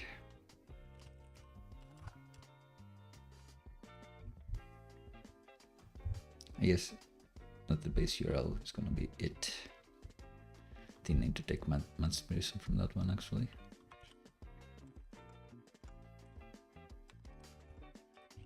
So if process env has a public root URL, it's going to be it, this, or else it's going to be whatever my local host is. And I think that's it. Let's confirm they still run locally and succeed. Cool.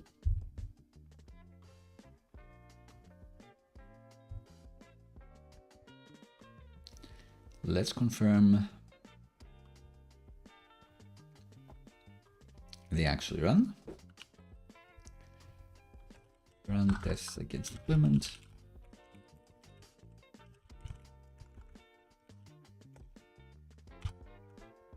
And push this.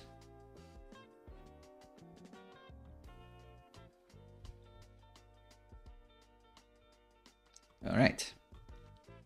Go to GitHub. go to SvelteKit dashboard.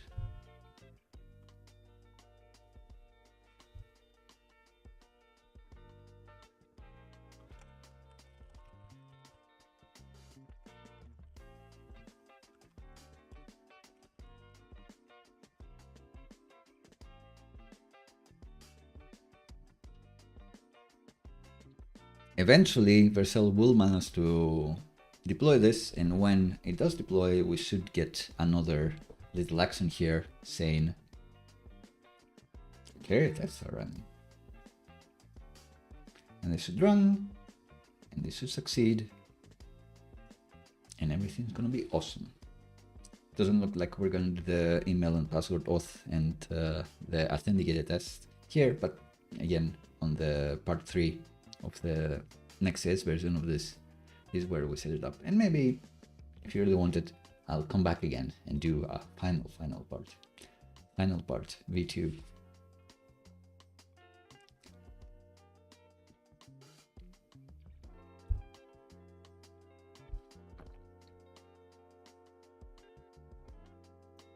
I do love the comment from Vercel. That's the little emojis. It's nice. So it has started, and you see that the player tests are now running. We could have a different action here.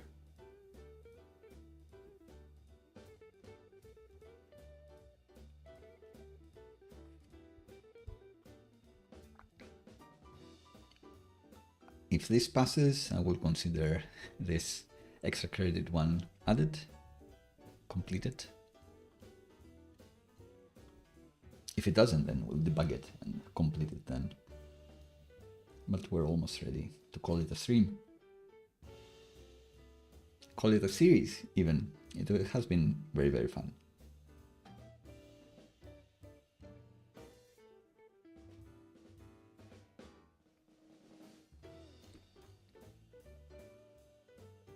Another thing I will talk to before ending the stream will be about dependency injection, or a variation of dependency injection that you can do easily or in a more simple way with SvelteKit, and it's almost impossible to do with Next.js, so I do like it.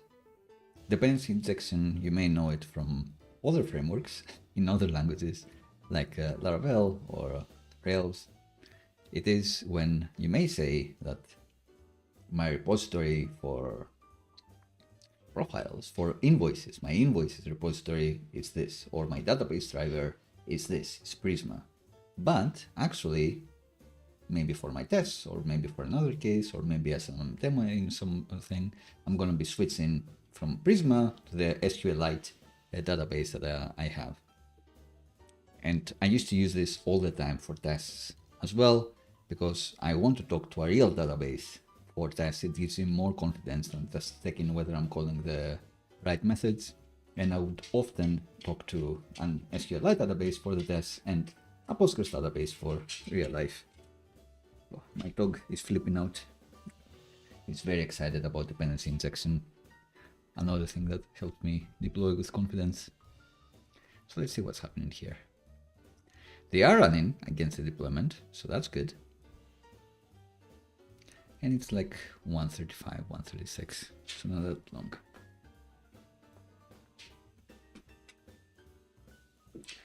I'm sure the pup is hungry. I'm sure she's here to remind me that she's super cute, so she should be fed. You are cute, Summer. No one's saying otherwise. Hug. Opa. Kisses are good. Huge dog. Can you believe she's a mini? Not sure. Not sure.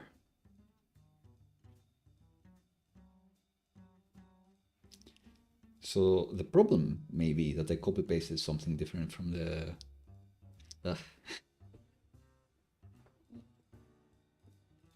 from the band tests. But it doesn't look like that's the case. Oh, of course. Apparently Vercel has done something where you need to log in to see the deploy previews. Where did I set this up? Oh no, disaster. So Playwright, instead of just seeing the deployment, it's getting kicked out. We kind of saw it from Vercel themselves, so I wonder if that's a mistake. Because before we saw that not the production deployment, let's see. So this deployment, it was getting the login screen, you may remember from earlier. Now it's fine, so I'm not sure about that. Is there something? Oh, interesting. Cool. Open Graph Validator here. Nice, new tool. So is there something that I can do about the deployment protection?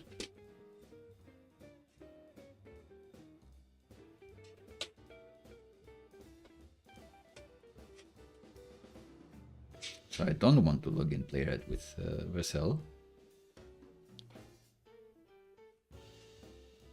And yeah, I wonder if I rerun the test, will it just work now?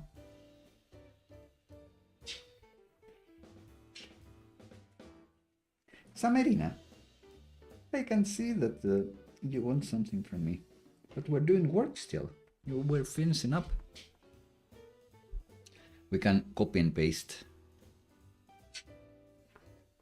the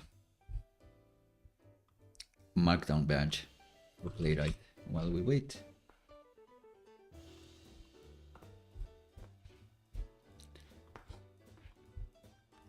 And we can remember to change. Oh, I don't have the markdown badge. The same.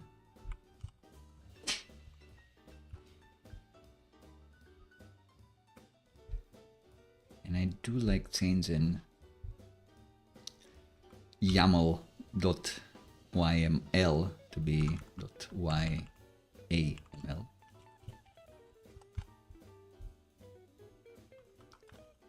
So little badge here letting me know if these are running. And actually this should be SvelteKit dashboard. And this could be YAML with an A.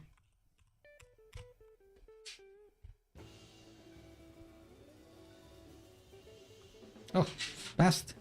Nailed it. Alright, so now that I've unprotected the deployed previews, this player test has passed. Awesome. So we can also commit the status badge.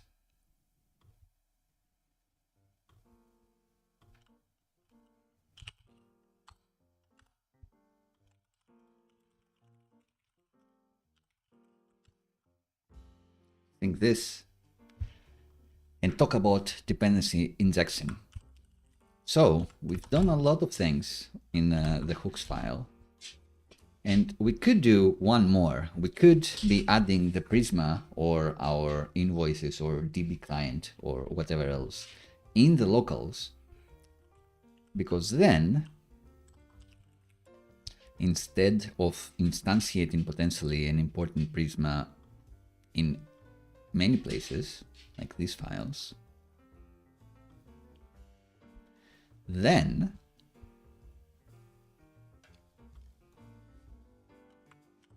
every route in our app will be using Prisma from the locals or database driver, so it will only be created once and then used throughout our app as needed, which is good because if I do decide that I want to do a demo and I want to substitute Prisma for whatever else, like this in-memory repository, I can just go to this hook that has created Prisma and is putting Prisma in the locals and actually say, instead of Prisma, put in the in-memory repo. So you could go harder with like TypeScript and make it look more like Java or something like that, and have like an invoices repository that implements this interface, that implements these methods, and make sure that your Prisma client is satisfying that interface, and also your in-memory client is satisfying that interface, but that may be too much. I do think there is too little of that in JavaScript land, so I am excited that this is more possible with SvelteKit for sure. But again, there is a lot of magic in JavaScript. Things like Supabase, it's very hard to replace what Supabase does with an in-memory repository, for example. And it's not always usable, but easier done in SvelteKit than XJS. That's mostly what I wanted to say. Just buying some time for this to run again and succeed. So I've talked about dependency injection. I'm not gonna call it as extra rendered because I'm not gonna do the refactor here. And I'm not gonna add another language. Maybe in the future, we can try to deploy on the edge closer to the client. That may change things as well. I guess we can try that. Well, I can show how that's done. All right. Playwright has passed, indeed. We can merge and you can play around with the production app. Make this delete by default without me clicking it. It's by the by. We have the nice badge saying that our playwright tests are passing. Awesome. I'll be adding more stuff here. But I guess the last thing to show and add for today would have been the edge deployment, of course. So in Svelte config, we have the adapter auto, but we can actually get that out and get the Vercel adapter.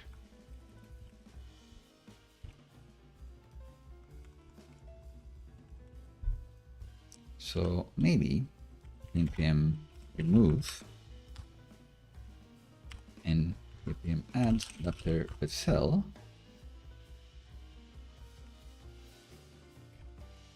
Add it. Now in the Svelte config, we can get that in, and that adapter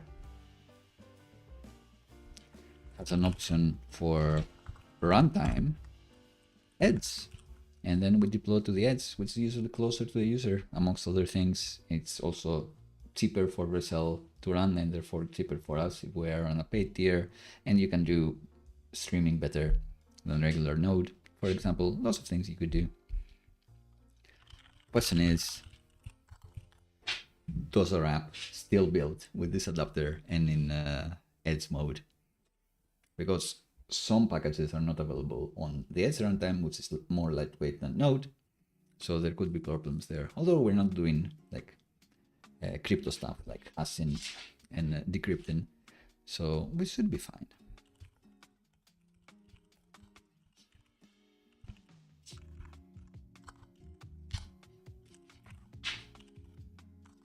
Oof, this Vercel directory, we don't want that one. So git ignore needs to be added.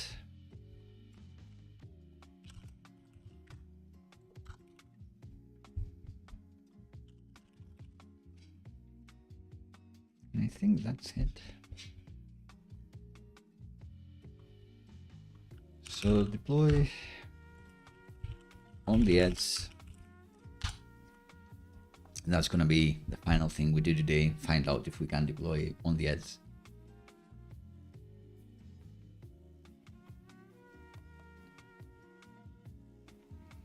And I am going to call it a stream.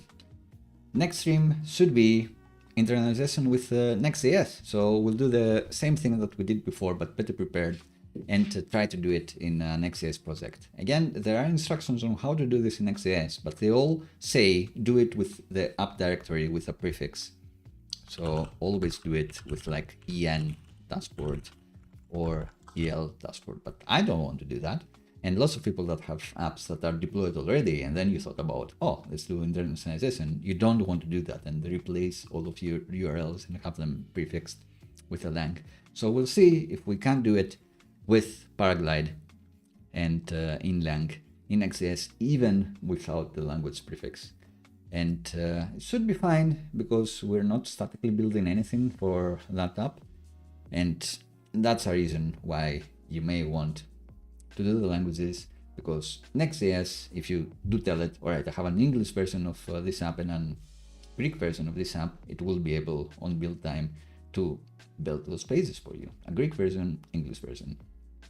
But if you don't have this to tell Next.js, oh, actually, this is in Greek and this is in English, then it won't know what to build. It won't know when a user requests this version of the page what to build. So you're losing that, but you're potentially opening yourself up to other markets. So I'm sure lots of people will want to know how it's possible, how you can do it. And that's why I'm thinking of showing it.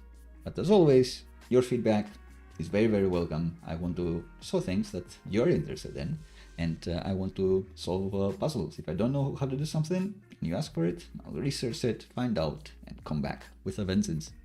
And most of all, I want to be helpful. So if you're not interested in what I'm gonna show, why show it? I would rather show something more fun. So deployment as completed. Hopefully player tests are gonna run just fine. And I think we're golden. I guess I should update these designs to reflect the color we went with. But hey. So deployed on the ends, potentially cheaper, potentially faster, closer to the user.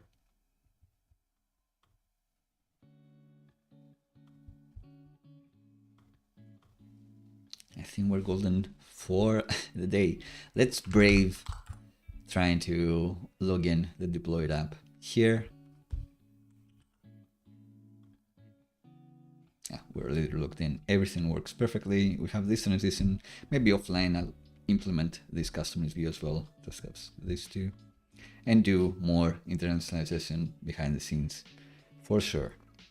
But this is gonna be it for today. Next time, most likely Next.js. I have plans for the future, but again, call out. Let me know what you want to see and I'll do it. Comment here in the video, later in the Discord. Let me know. I do read and reply to every comment YouTube dares show me.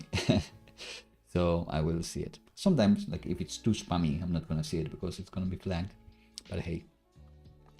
It's been a pleasure today. We're back to a longer stream, like almost 4 hours. Almost 4 hours long. Quite fun. We can deploy on the ends.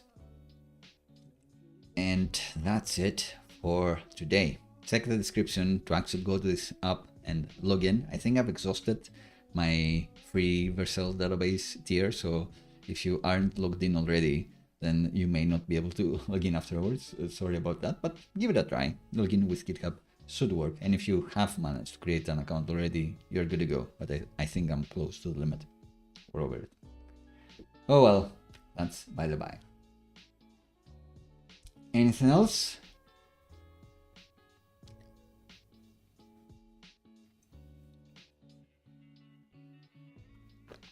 I think that's it. Thanks everyone for spending your time with me today, especially the people in the chat keeping me extra warm company. Have a lovely, lovely evening. Have a lovely weekend. And I'll see you on Tuesday. Goodbye.